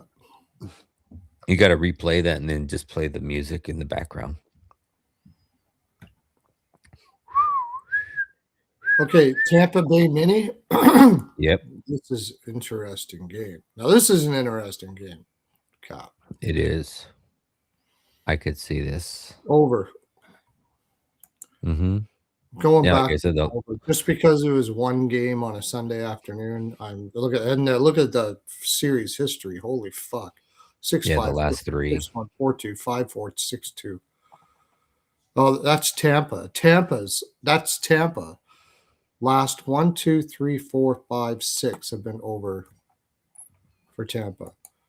Yeah, Many 8 they just and broke the 8. over They streak. made, yep. And not only that, but so they're 5-5 on the head-to-heads for overs and But the unders. last But if 3 you have look, been yeah, over. the last 3, and they have not played once this season.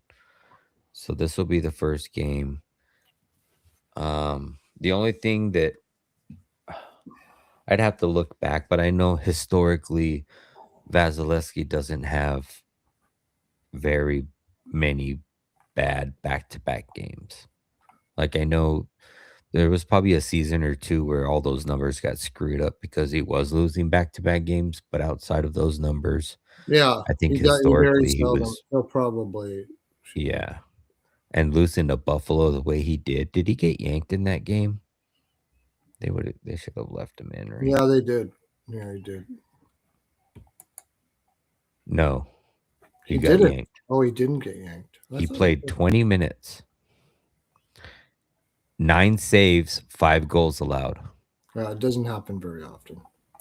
That is horrendous. A 6.43 save percentage. That's probably fucking one of his top 3 worst games, if I had This to is the guess. first game of a road trip for Tampa, right? Yep, 4 game or 5 game. I said 4 or 5. The I only confused it's myself. a weird one though. They go to Minnesota from Tampa, and they've had like a couple days off since that last loss. Not to mention they just lost like that, so they're gonna want to play a strong defensive game too, which kind of sucks.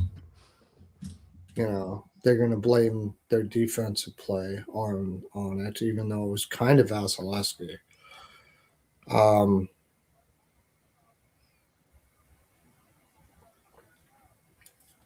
they got Winnipeg, and then they got Toronto and Buffalo.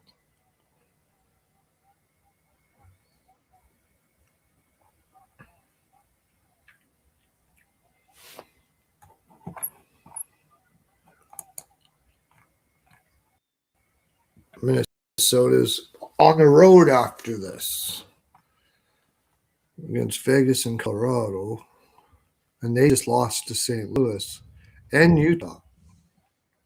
Mm-hmm.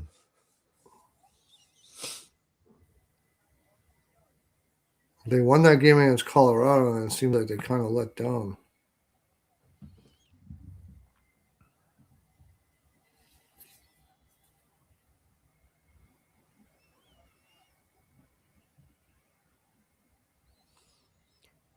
Lost 2-6 and lost 4-5.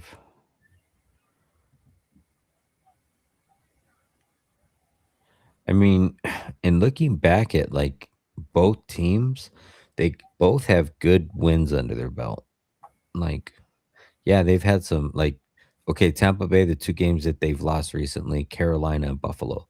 Those are 2 teams that are playing. Carolina, yes, they're a good team. They've been playing okay, maybe a little bit better.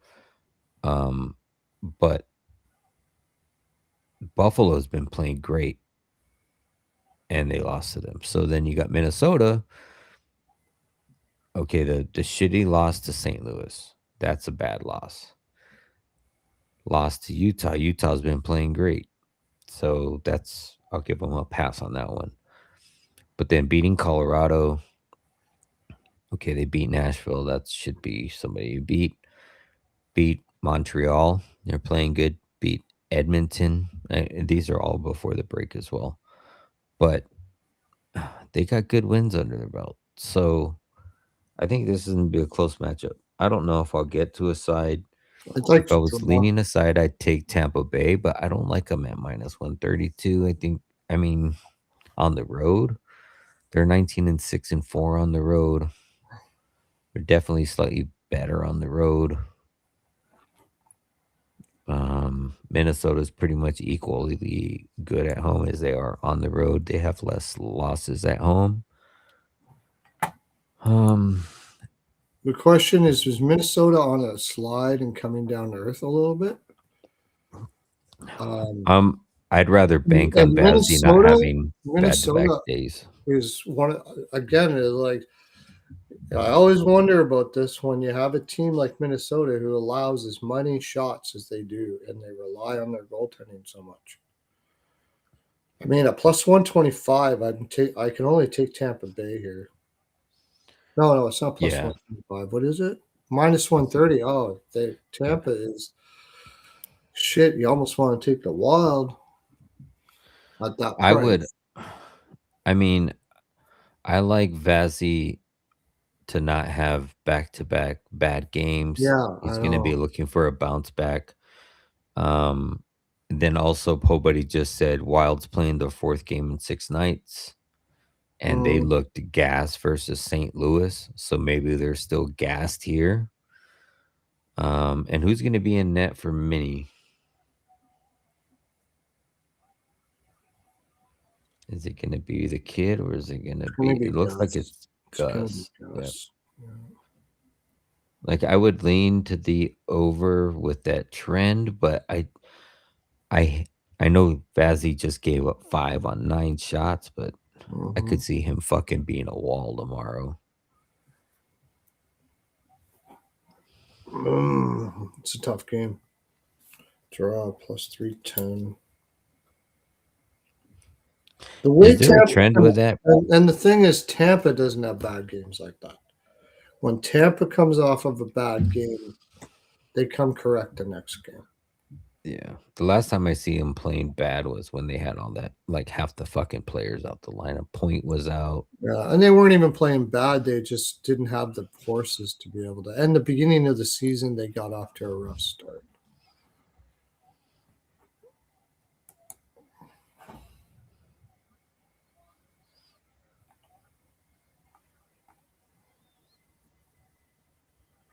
Empty net with 46 seconds left. I need a fucking empty netter.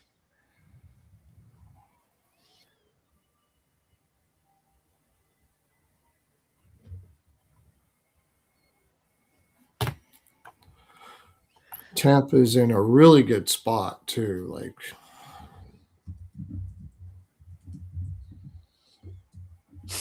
that's the thing. Like, they're not. Oh, here we go. Here we go.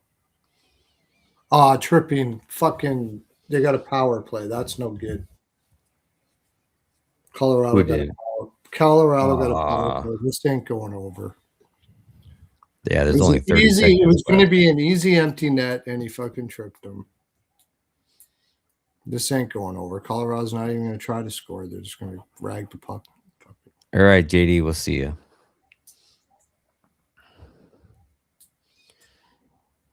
Yeah, they're not gonna. They won't pull the goalie. There's no way they want to play 5-on-5 with an empty net. Oh, they might. Actually, maybe they will. In their own, but they won't do it in their. It's going to be the. Oh, they wait. gotta- They pulled them. Will we get an empty net? 5 seconds. Oh, that's it. You're way ahead of me. Well, I'm just looking at the ticker on the sports book. Oh, they did. Let's Oh, fucking yeah. go with 1 second left. Let's fucking go. Listen to me not being positive. Fucking blah, blah, blah. I had 5 units on that. Well, I'm not even. All I saw was the ticker go down 3-2, and then it stopped at 1, and the fucking score went up. How did they get They that? scored with 1 second left. I hope. Oh, yeah. He poked it away. Oh, and, yeah. JD just messaged and said a half a second left. Half a second left. Yeah. Who made it? Who Yeah, I scored? think it was Nelson. Nietzsche's. Another one for Nietzsche's. Man, I lost my parlay, but at least we cashed that over. Fuck, that was sweaty for a 5.5. Yeah. But I had a really good night with that. Super good night. All right, let's get through these last two. Okay. Draw 310 is a draw, and I'm leaning Tampa. I'm leaning Tampa. Coming off of that win, I just lost like that. I just can't see them. And the only reason why I'm having difficulty is how much do they want to win this division, because they got Buffalo and Detroit 4 behind them. When are they going to start chilling out? I don't think it's here. They will. I'll take it. I'm going to take it because on Bet Rivers, it's minus 118. That's a good enough price for me. Oh, yeah, for sure. Like, it's way better than the minus 130. And they're 7 points behind the Avalanche now, and they're 3 points behind Dallas. So, I mean, they're probably going to play desperate. You know, I almost want to take Tampa Bay team total over. I almost want to take Tampa Bay team total over. Tampa Bay's game is really tough for this Minnesota Wild team, I think. If they're playing really perfect, like I think it's Minnesota Wild. I'd almost like the team total over for Tampa rather than the over. Yeah, like you said, Vasilevsky's playing is probably going to come like fucking dialed in here. Very seldom has 2 bad games in a row. So Tampa. The Russian Green Reaper. Okay, let's get to the next one. All right, hold on just a second. I'm getting down on my walnuts now too. I gotta do this real quick.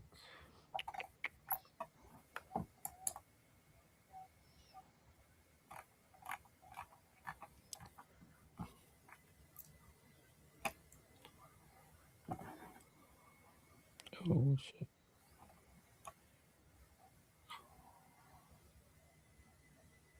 Colorado Anaheim. That's an Yep. over.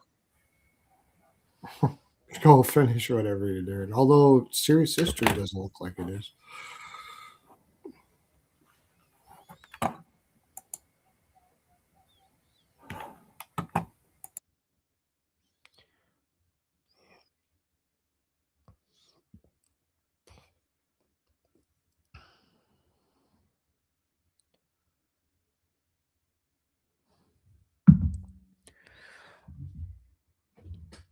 All right. Sorry, I had to answer somebody on text real quick. It stopped blowing up my phone. All right. Next game on the board, we have the Colorado Avalanche taking on the Anaheim Ducks. Colorado on the back end of a back to back, minus 164 on the road. Anaheim at home, plus 136. Over under is set at 6.5. Juice to the over at minus 120. Um, Colorado is 33 4-8 on the season, 14 4-5 on the road. Anaheim is 33 23-3 on the season, 28-1 at home. Head to head between these two teams, Colorado's won 8 of the last 10, 4-5-1 to the over unders in those 10. They have played twice this season. First game in Colorado back on November 11th, where the Avs won 4-1. And then on January 21st in Colorado, where Anaheim won 2-1 in a shootout. Colorado is 5-5 in their last 10. They're also an even 5-5 on over unders. Colorado's coming in off of back to back wins, beating Chicago 3-1 and then beating the Kings just a few minutes ago. They do not play again until Friday, where they travel to Dallas to take on the Stars. Small, or you could say a look ahead spot for Colorado. Anaheim is 8-2 in their last 10, 5-4-1 to the overs in those 10. Anaheim's coming in on a 5-game winning streak, 3-game winning streak since after the break. They just beat Calgary 3-2 in a shootout. Two of their last 2 games just went to extra time. They are on the front end of a back to back, and they play back at home against the Isles on Wednesday. I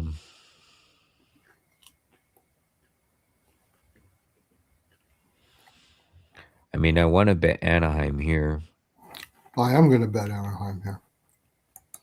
Plus 136. You get Colorado on the back to back. Colorado hasn't been playing. I mean, they have been winning, but they're 5-5 in the last 10. They just barely beat Chicago.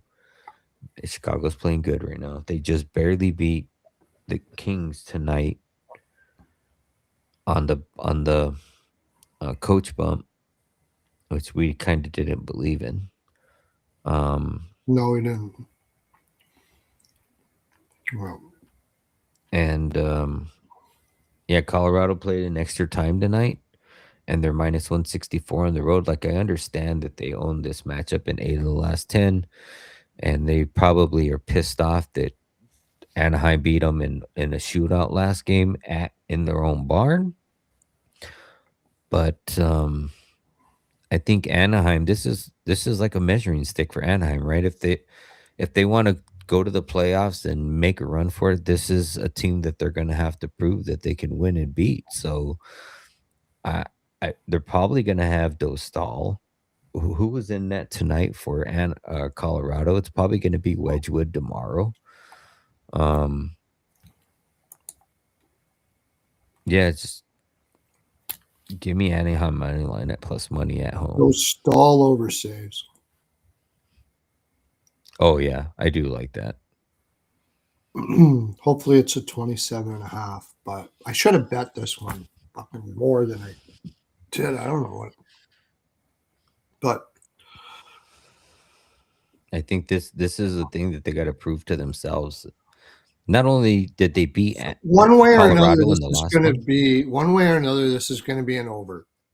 It's got to be. yeah, I know what the series history is, but like, what was the last time they played?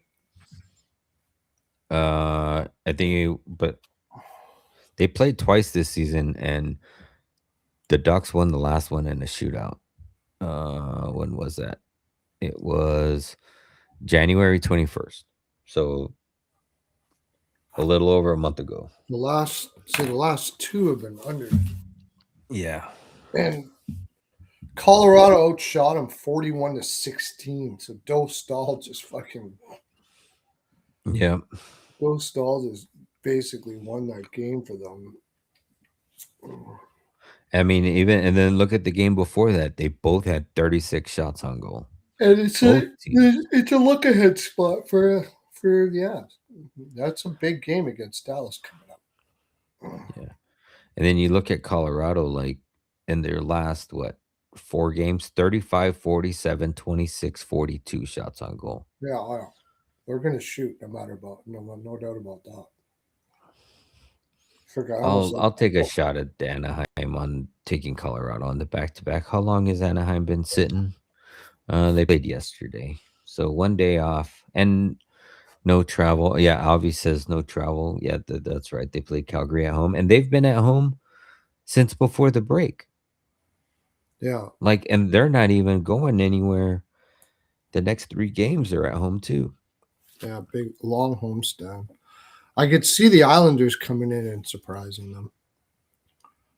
Um, because Or Montreal. especially if they beat Colorado, I could see the Islanders coming in and surprising them. Yeah. I'll be right back. I gotta run to the restroom and then we'll finish out this last game.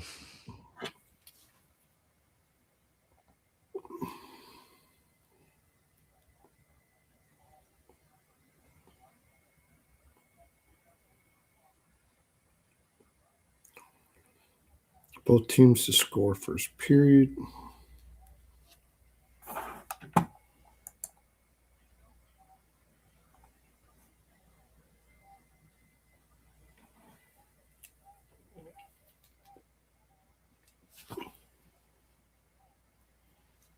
I mean, Colorado's good enough that they might be able to scrape it out. Maybe Dostal has a bad night, but I mean, Anaheim's going to be dialed in for this game. And I think Colorado could be a little weak to not want to fight. Not weak, but like a little weak willed to get in a big fight with Anaheim here. They're already up lots. They got one win on the road. Like it's a great spot for the Ducks.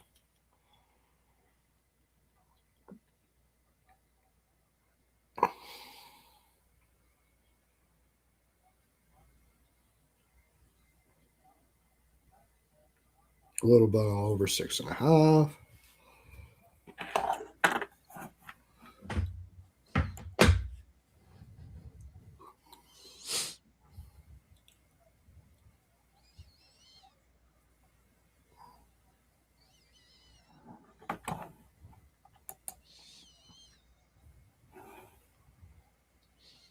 Can't remember. Well, all 3 of my parlays lost today.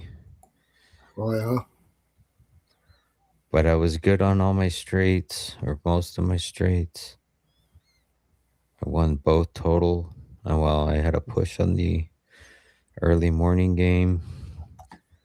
I won the Blue Jackets. I won the over in the Colorado game. The 3 parlays lost, and then that's it. So I went went 2 and 7 3. and 2. I went 7. 1-1 on Tony's picks today. 7-1. All right. I want to get into this last one. For me, it's just Anaheim money line right Taking now. Anaheim to stall over saves, over 6.5, and both teams to score. And I can work on the rest tomorrow, so we'll get this done. Yeah, I like the Dostal saves. Yeah. All right, last game on the board. This should be a good game, I think. Um, I think we have two teams that are trending in the right direction, and they've been playing pretty good. Both of these teams. Montreal on the road -134. San Jose at home +114. Over under is set at 6.5. Slightly juiced to the over. You got Montreal 33-17-9 on the season, 16-6-7 on the road. San Jose is 29-25-4 on the season, 16-10-3 at home. Head to head between these two teams, they're an even 500. 7 of those 10 have trended to the under. They have they have not played at all this year. So this will be the first time these two teams see each other. Montreal is 6-2-2 in their last 10. 6 of those 10 have trended to the over. Montreal is coming off of a 6-2 win against Washington.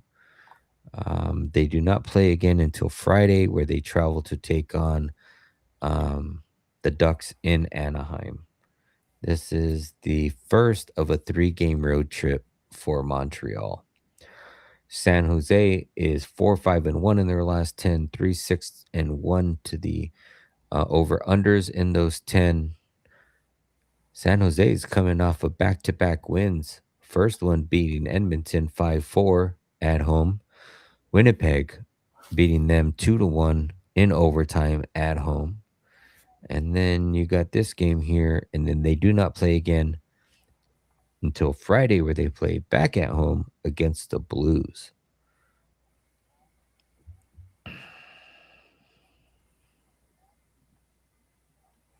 Over. With two young teams like this, both of That them would needing be my initial thought both as of them well. needing points, just back and forth. Over. Dobish and Askarov. Both teams to score first period.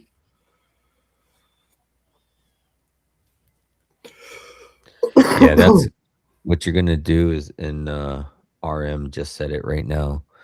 You take Cole Caulfield and Macklin Celebrini and you ladder their shots, both of them.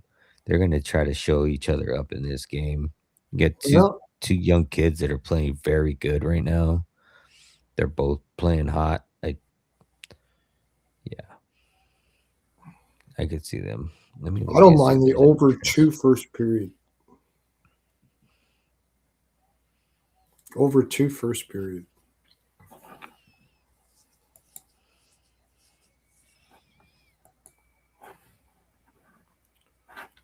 Let's see, second period total here. This is one that I might ladder every period.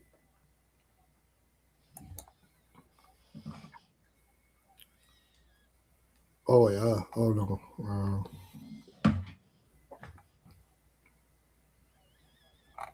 Mhm. Yeah, I think you take them each for 3 shots. Like that's got to be so money right there. You could probably get even money. Let me see if And Celebrini over 1.5 points.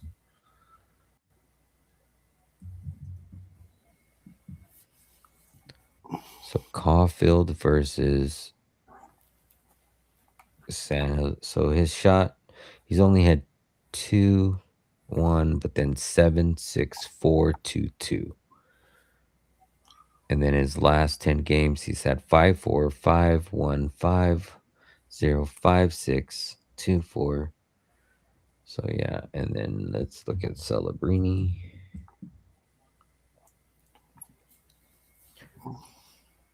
against. Montreal jumps ahead of Detroit here. San Jose. This puts them because they went. Yeah, they need this one too. Like they could look at it. I mean, I could see a draw. I could see a draw. So in So the 2 times that Macklin's played, Montreal, he's had 4 shots on goal in both games, mm, and his line's probably gonna be set at 3.5. Let's see. geez, I wonder what the price is on the Edmonton Oilers to miss the playoffs. San Jose's right behind him. Caulfield's over 3.5 is plus 115. I think that's worth a sprinkle. Just imagine Yeah. if San Jose, if Edmonton missed the playoffs. And Macklin is minus 125. 124. Yeah, I could.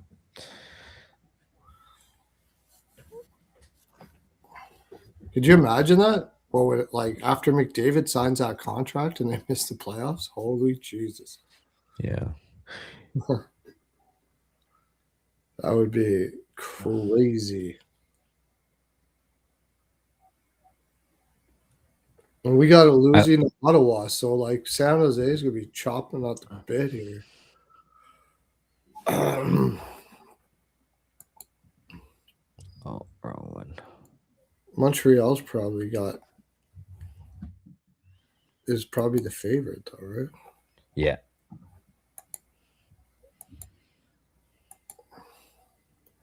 See, it's against San Jose's better when they are a dog, especially this much of a dog.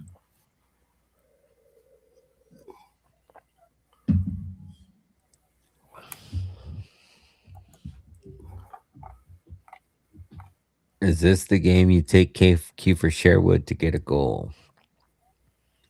That is the question. Yeah. It's coming sooner or later. I mean, it's going to be against Dovish, right? The way is Montreal's been a really good road team, right? Yeah. Yeah, 16, 6, and 7. Yeah. And San Jose's been better at home.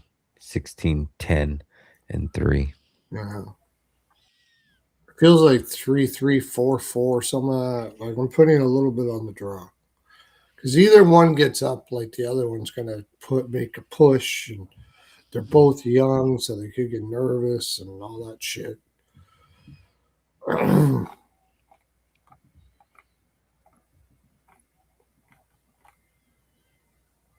Oh, you know what?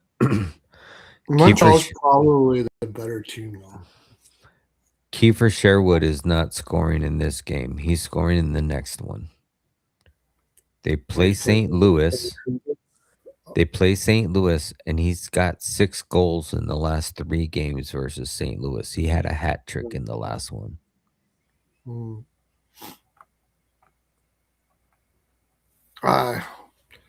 So Montreal's got a better differential. They're in a much tougher division. They're probably the better team. Yeah. They've been grinding out games, though. The Sharks. I like the over more than anything. I don't care. I'm playing the over. First period over, I might ladder it up.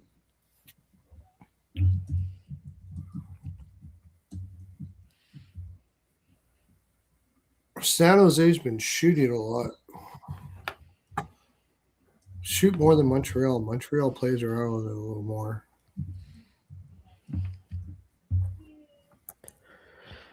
I even like Macklin's shots more because he had like fucking 0 in that last game.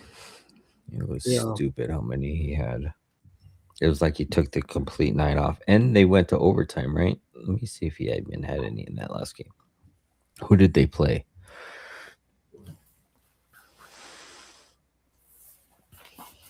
See, Montreal is not a high shot volume team. They look for their spots. Winnipeg. But San Jose, 33, 33, 35.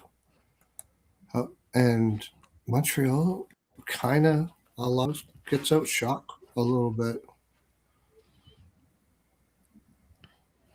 And it should be they're going to keep on rolling with Dobish, I imagine. Dobish Askarov.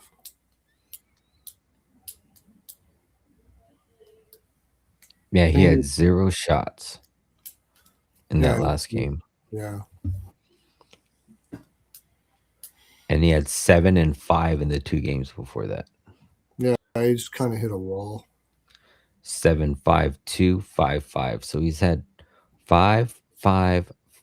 He's had over 5 or more in 4 of the last 5, and then went 0. So give me over 4. Like he's had over 4. 1, 2, 3, 4, 5, 6, 7 of the last 10 against this team. Yeah, I'm taking Celebrini, and I'll parlay them at 3, and then I'll take them individually at 4, and take them individually at 5.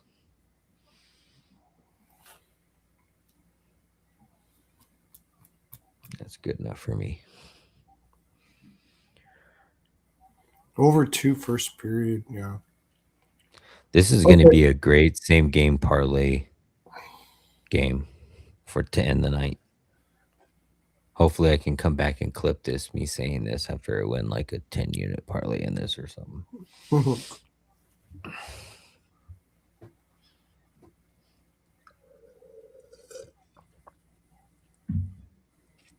Anyways, let's clip this. Yes. Let's clip this and get this out of here. I got to be at work early tomorrow. Oh dear. Yeah, my boss's boss is coming in, so I got to get there early and make sure the property looks nice. Okay.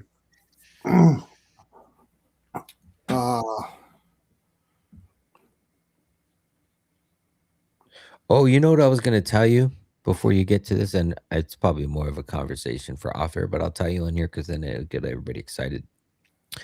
When I told you I looked at Restream and I was looking at what you can do on there, you can generate a QR code and put the Oh, website that you want it to take you to. So you oh, could put your link up there to either the community link or to your winnable, and then you can have it on the screen for the entire that's what stream. we're gonna do. And So that'll make it when so much easier. then when you want to say follow me over there, you're going to just say pick up your phone and scan this QR code, and it'll take you right over to the community. I forgot to tell people to do their finger Pilates. Hit the like button. We're gonna go quick here because he needs to go. But I can do one little share screen. I'm gonna stop share. I want to try this a little bit and see if it's easier for sharing. So Pearlo's doing the restream. He's no longer on StreamYard. I Not on use StreamYard eCam. anymore. Those guys freaking piss me off. Yeah, we had mess with it. That was why we were late yesterday. That was Yeah, why we were a little late today. yeah. Fuck them. Fuck them. Yeah. Okay. As you can see today, this was my winning. I had a push. I couldn't get the 5.5 for the LA Colorado game, so I pushed. McKinnon over shots. It's juiced. I don't care. Wyatt Johnson over shots juiced. On my on winnable, I parlayed those together at plus 176. You can't do that here. So if I don't mind playing juice if it's like a 90, if I think it's a 90% play. And for McKinnon to get over shots at minus 148, that's fucking awesome. Like that's like Dallas playing Vancouver today and getting minus 148. That's pretty much what that is. Vladar over saves, hit. Dallas Stars and Reg, hit. Didn't get Shesterkin.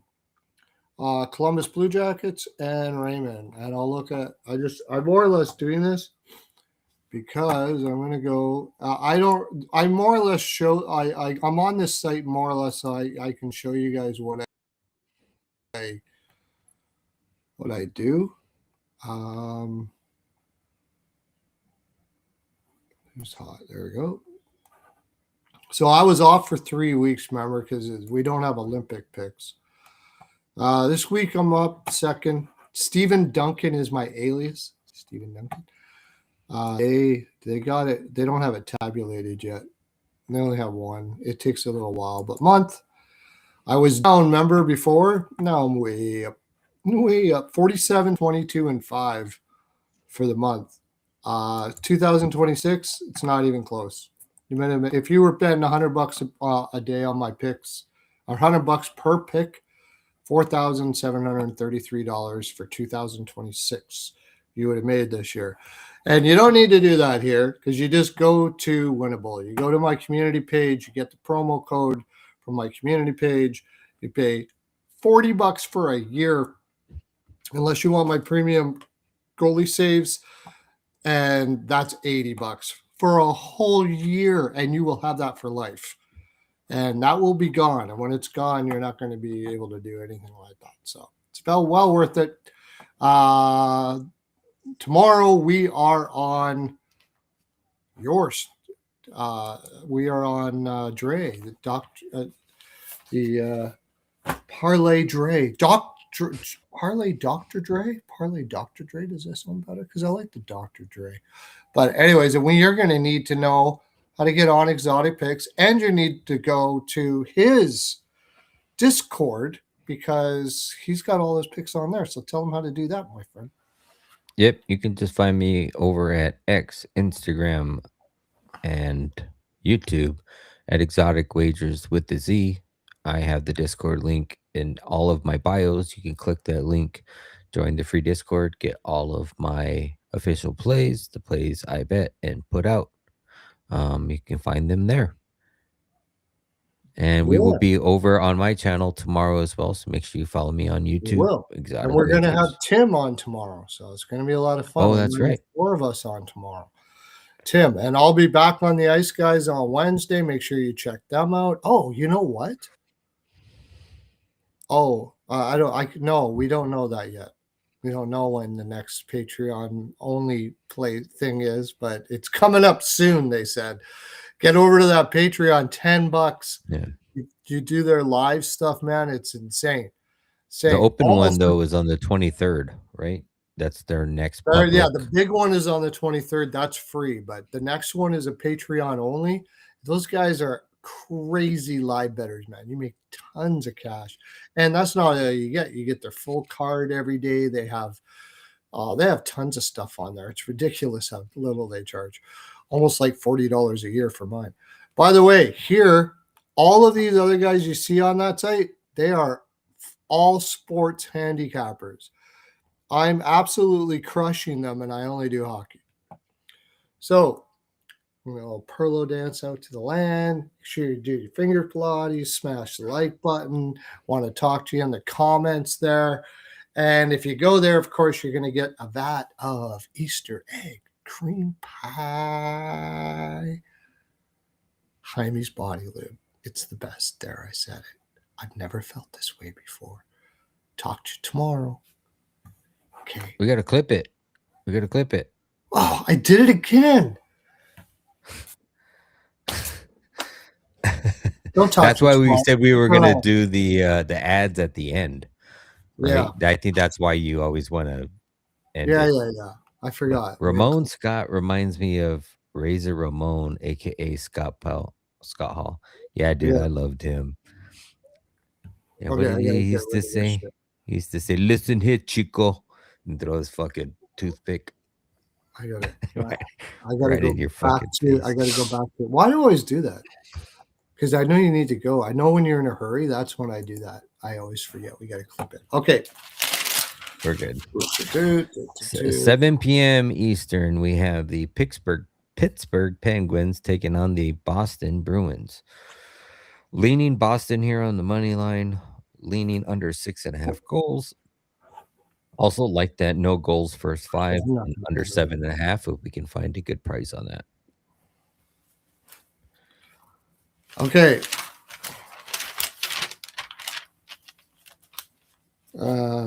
Pittsburgh, Boston.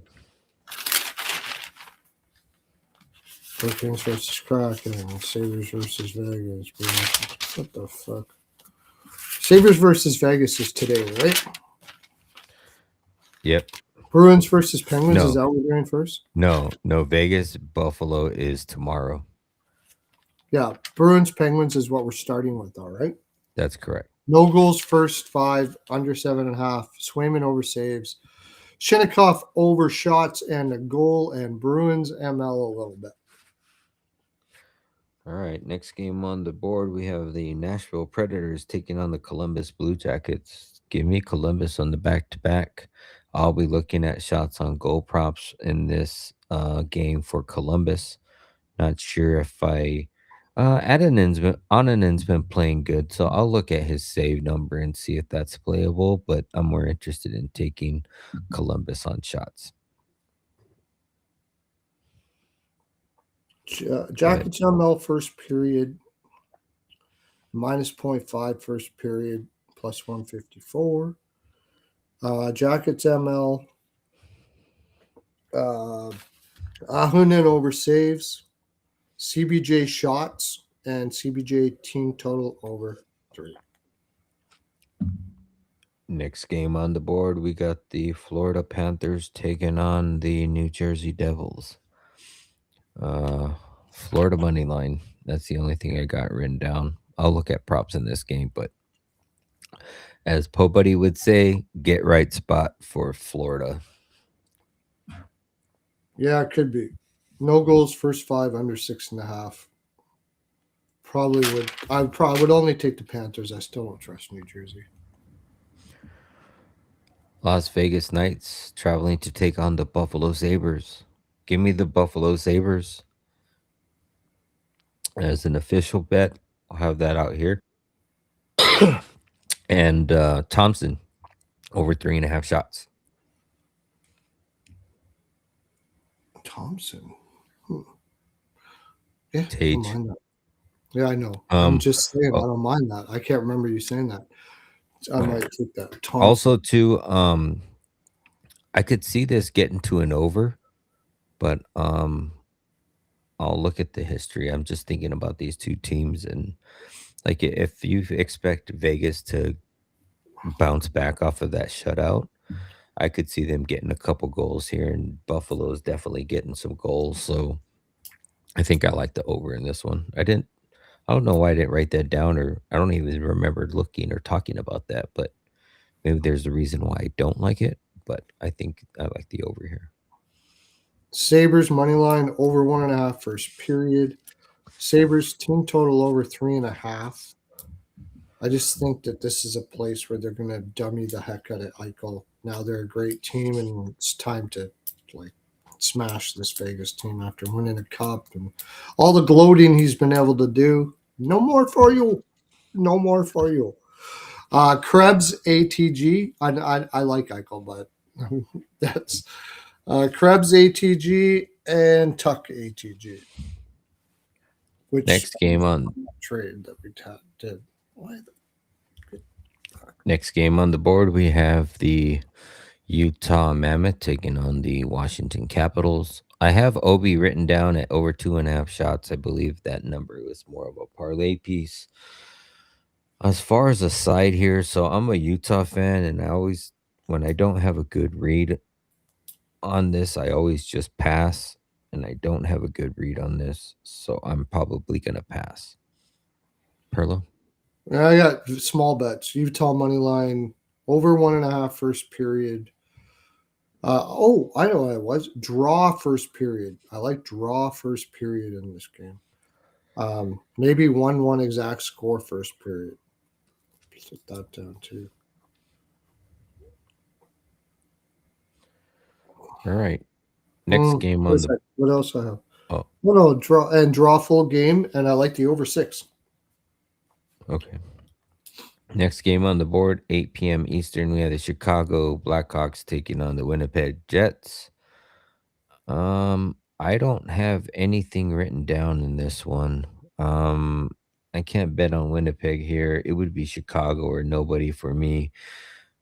I'd probably like the under in this, if anything. Perlo? Yeah, I had no goals first 5 and under 6.5. A little bit on the draw.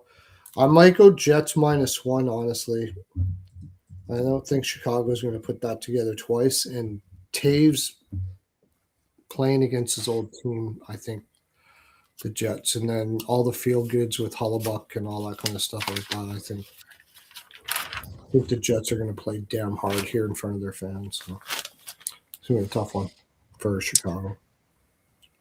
All right, next game on the board, we have the Dallas Stars, 9 p.m. Eastern, taking on the Calgary Flames. Got Dallas on the back end of a back-to-back. Still like the price on Dallas, minus 123. Give me Dallas money line, under 5.5. I lean the under. I don't know if I'll get there, but I definitely like Dallas. Pearlo? Yeah, I got a little on the Stars money line. I have something inside me doesn't sit right with it, but I mean, it's hard to avoid that number against like the Flames. But something inside's like, I don't know. My gut's not good with it. Bork over shots again. I'll probably parlay that. Possibly just over saves. And just wanted to make sure here.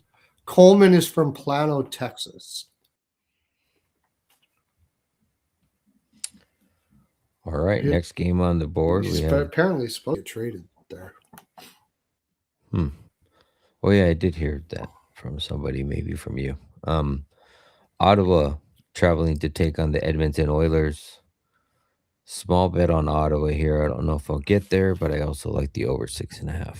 Pearlo? I like Ottawa money line and Ottawa team total over 3. Next game on the board, we have the Tampa Bay Lightning taking on the Minnesota Wild.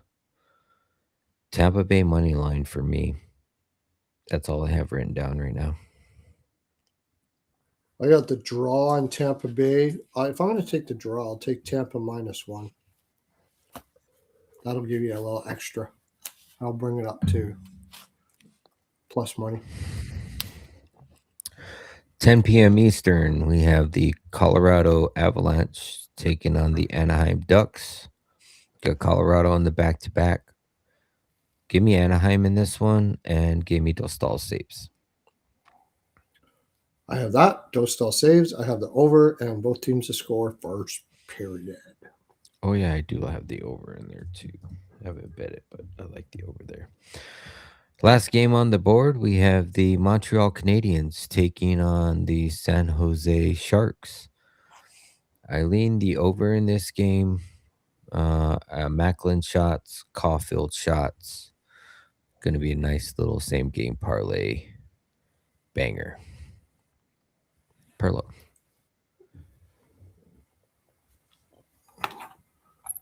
Our Twitter went away. Huh. Funny. The stream? Yeah, the Twitter. Yeah, it's not in Twitter for some reason right now. I just looked it up. Both teams to score first period, over 2 first period, over 6.5, and the Celebrini shots, and same thing as you there. I like that too. And we clipped it. It's all done. Why? Did you freeze? No. You look like you froze. All right. That's my 442, my friends. Thanks for hitting the like on the way out. Oh, wait. Your Twitter's still going. It's because I was watching your Twitter and I was trying to listen to what you were saying on Twitter to see if it was still live. So it's still live. You're still going. I paused it. Okay, that's why. All right. But I was like, that's why I was just staring at it. Like, no. Yeah. No, we're good. So I told you everything before. So that's my full 42. That's all I have to give. Comment in the comment section. Let me know your picks and all that kind of stuff because I love that kind of stuff. And we will see you tomorrow night with Tim. We got to let Dre get to bed here. He's got to get up early. And I got to continue copying till the wee hours. So take care, everybody. We'll see you guys. My channel tomorrow, 9:45 Eastern. Exotic wagers. Absolutely.